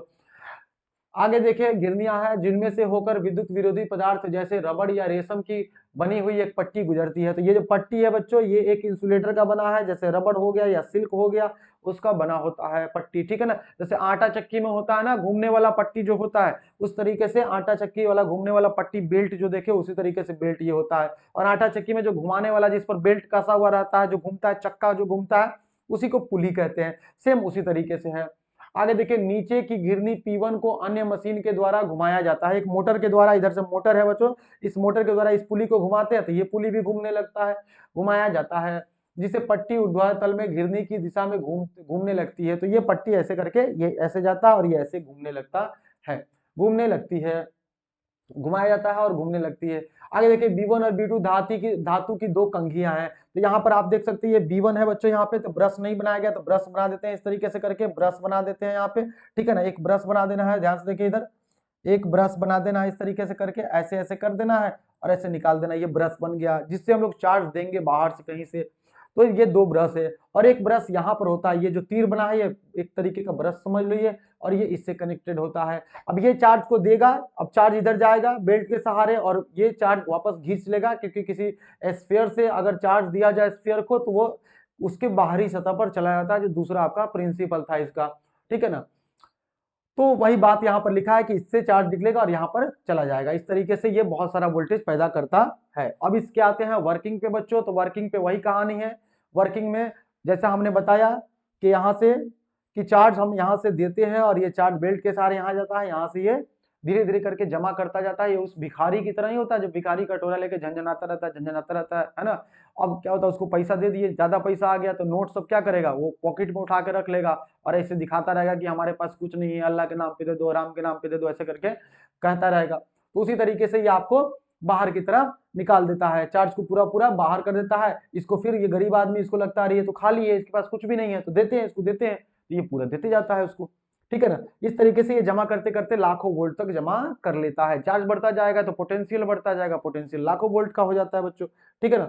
अब इसका जो ये फॉर्मूला जो निकाला हुआ है, ये फॉर्मूला हम आपको बताए थे बच्चों, ध्यान दो यहाँ से ये डायग्राम है, तो ये डायग्राम को हम क्लियर कर देते हैं, साफ कर देते हैं, ताकि आपको अच्छे से समझ में आ जाए बच्चों। इसको बस मेटल ब्रश जो है उसको रहने देते हैं, है ना, आप उसको बना लेना अगर हमसे मिट भी जाता है तो, इस तरीके से, ठीक है बच्चों। तो अब ध्यान दें बच्चों कि इसको हम ये मान लेते हैं कि यहाँ पर एक गोला है छोटा सा, ठीक है, जिसका रेडियस है स्मॉल r, और ये चार्ज जा रहा है, तो इसका चार्ज कितना है, q है, अगर आपको दिख रहा हो बच्चों ध्यान से, ठीक है। तो यहाँ पर एक छोटा सा चार्ज, हमने कलर चेंज कर देते हैं, शायद हो सकता है दिक्कत हो जाए आपको देखने में। तो यहाँ पर हमने मान लिया छोटा सा चार्ज क्या है, q है, प्लस q है, जिसका रेडियस क्या है छोटा सा गोला का, r है, और बड़ा बड़ा गोला का रेडियस क्या है बच्चों, कैपिटल आर है। इस पर चार्ज कितना है, प्लस क्यू है, ठीक है ना। अब हमको क्या करना है, इसके और इसके पोटेंशियल डिफरेंस को निकालना है, भी को निकालना है। तो पहले क्या करेंगे, हम यहाँ पर पोटेंशियल निकालेंगे छोटा गोले के कारण और बड़ा गोले के कारण, फिर यहाँ पर पोटेंशियल निकालेंगे बड़ा गोले के कारण और छोटा गोले के कारण, और दोनों में पोटेंशियल डिफरेंस निकालेंगे, ठीक है। तो देखिए ध्यान से बच्चों, देखिए कि हम लोग इसको क्या करते हैं, नेक्स्ट देखिए, नेक्स्ट पेज में देखिए बच्चों, यहां पर ओके, यहां देख लें, ये एक्स्ट्रा पेज हो गया, इसको काट के हटा देते हैं हम।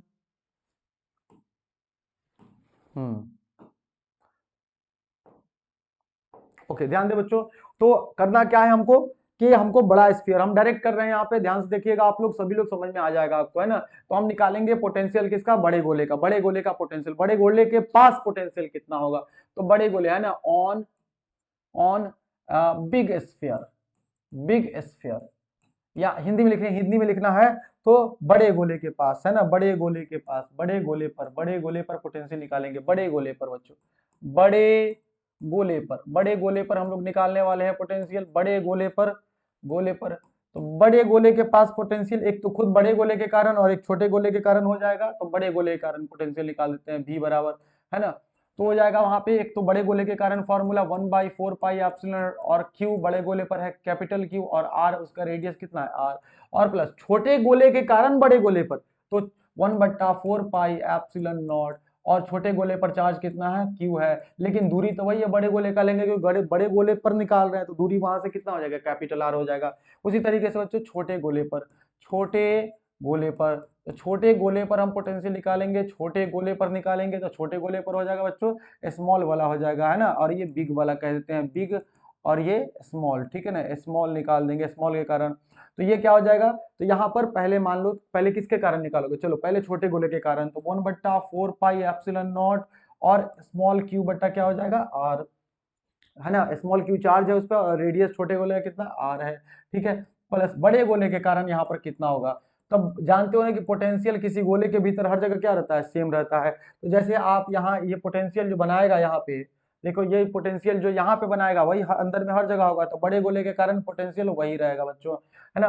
1/4 क्यू बट्टा क्या हो जाएगा, कैपिटल आर। अब दोनों में पोटेंशियल डिफरेंस निकालना है ना, अंतर निकालना है, विभवांतर निकालना है, विभवांतर निकालना है हमको बच्चों, वांतर निकालना है।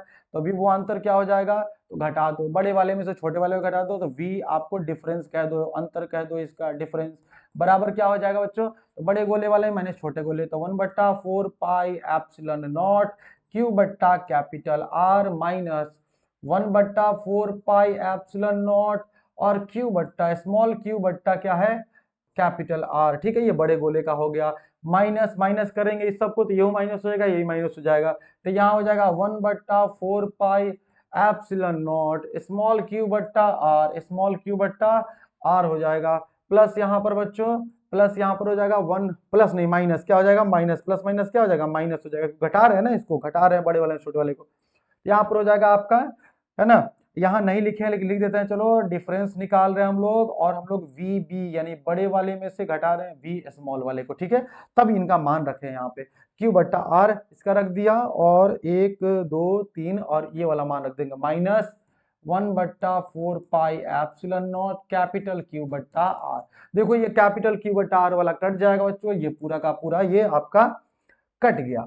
तो कट गया तो आपके पास क्या बच रहा है, जरा ध्यान दीजिएगा, ये वाला तो प्लस में था, इसको प्लस में ही रखना है, ठीक है ना। इसका वैल्यू ये दोनों तो प्लस में था ना, ये प्लस में और वो कट गया आपका, तो ये बचा 1/4 पाई एप्सिलॉन क्यू बट्टा आर। यहाँ देखिए v डिफरेंस जो बचा आपका, v डिफरेंस जो बचा, ये बचा आपका 1/4 पाई एप्सिलॉन नॉट, और कॉमन देख लो, ये इसमें भी है 1/4 पाई एप्सिलॉन, इसमें भी है, और इसमें भी ऊपर में q, इसमें भी q, सबको कॉमन निकाल लेते हैं, तो बचा q/4 पाई एप्सिलॉन नॉट हो गया, ठीक है ना, q/4 पाई एप्सिलॉन नॉट, और हो जाएगा आपका 1/r, यहाँ ब्रैकेट में 1 capital R minus 1 small r, ये आ जाएगा आपका पोटेंशियल डिफरेंस आ जाएगा बच्चों, ये क्या आ जाएगा, पोटेंशियल डिफरेंस आ जाएगा, ठीक है।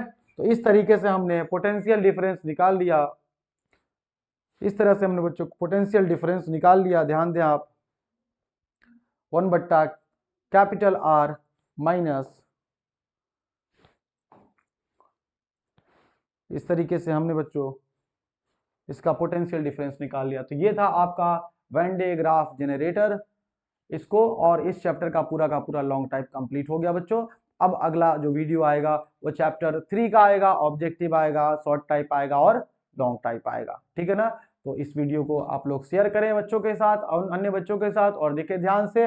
अगर आपको ये डिफिकल्ट लगा, जो कि थोड़ा सा तो है ना, थोड़ा सा तो है बच्चों, और ये स्लाइड जितना हमने पढ़ाया बच्चों अगर आपको चाहिए तो इसके लिए आप क्या करोगे बच्चों, इसके लिए आप हमारे टेलीग्राम चैनल पर जाओगे, टेलीग्राम पर सर्च मारोगे ब्लैक बोर्ड फिजिक्स क्लासेस, तो वहां पर ये निकल के आ जाएगा आपके लिए, ठीक है ना। तो मिलते हैं आपसे अगले वीडियो में, तब तक के लिए धन्यवाद, शुभ रात्रि, शुभ, have a good day, have a nice day, पढ़ाई करते रहिए। मिलते हैं आपसे बहुत जल्द, धन्यवाद धन्यवाद।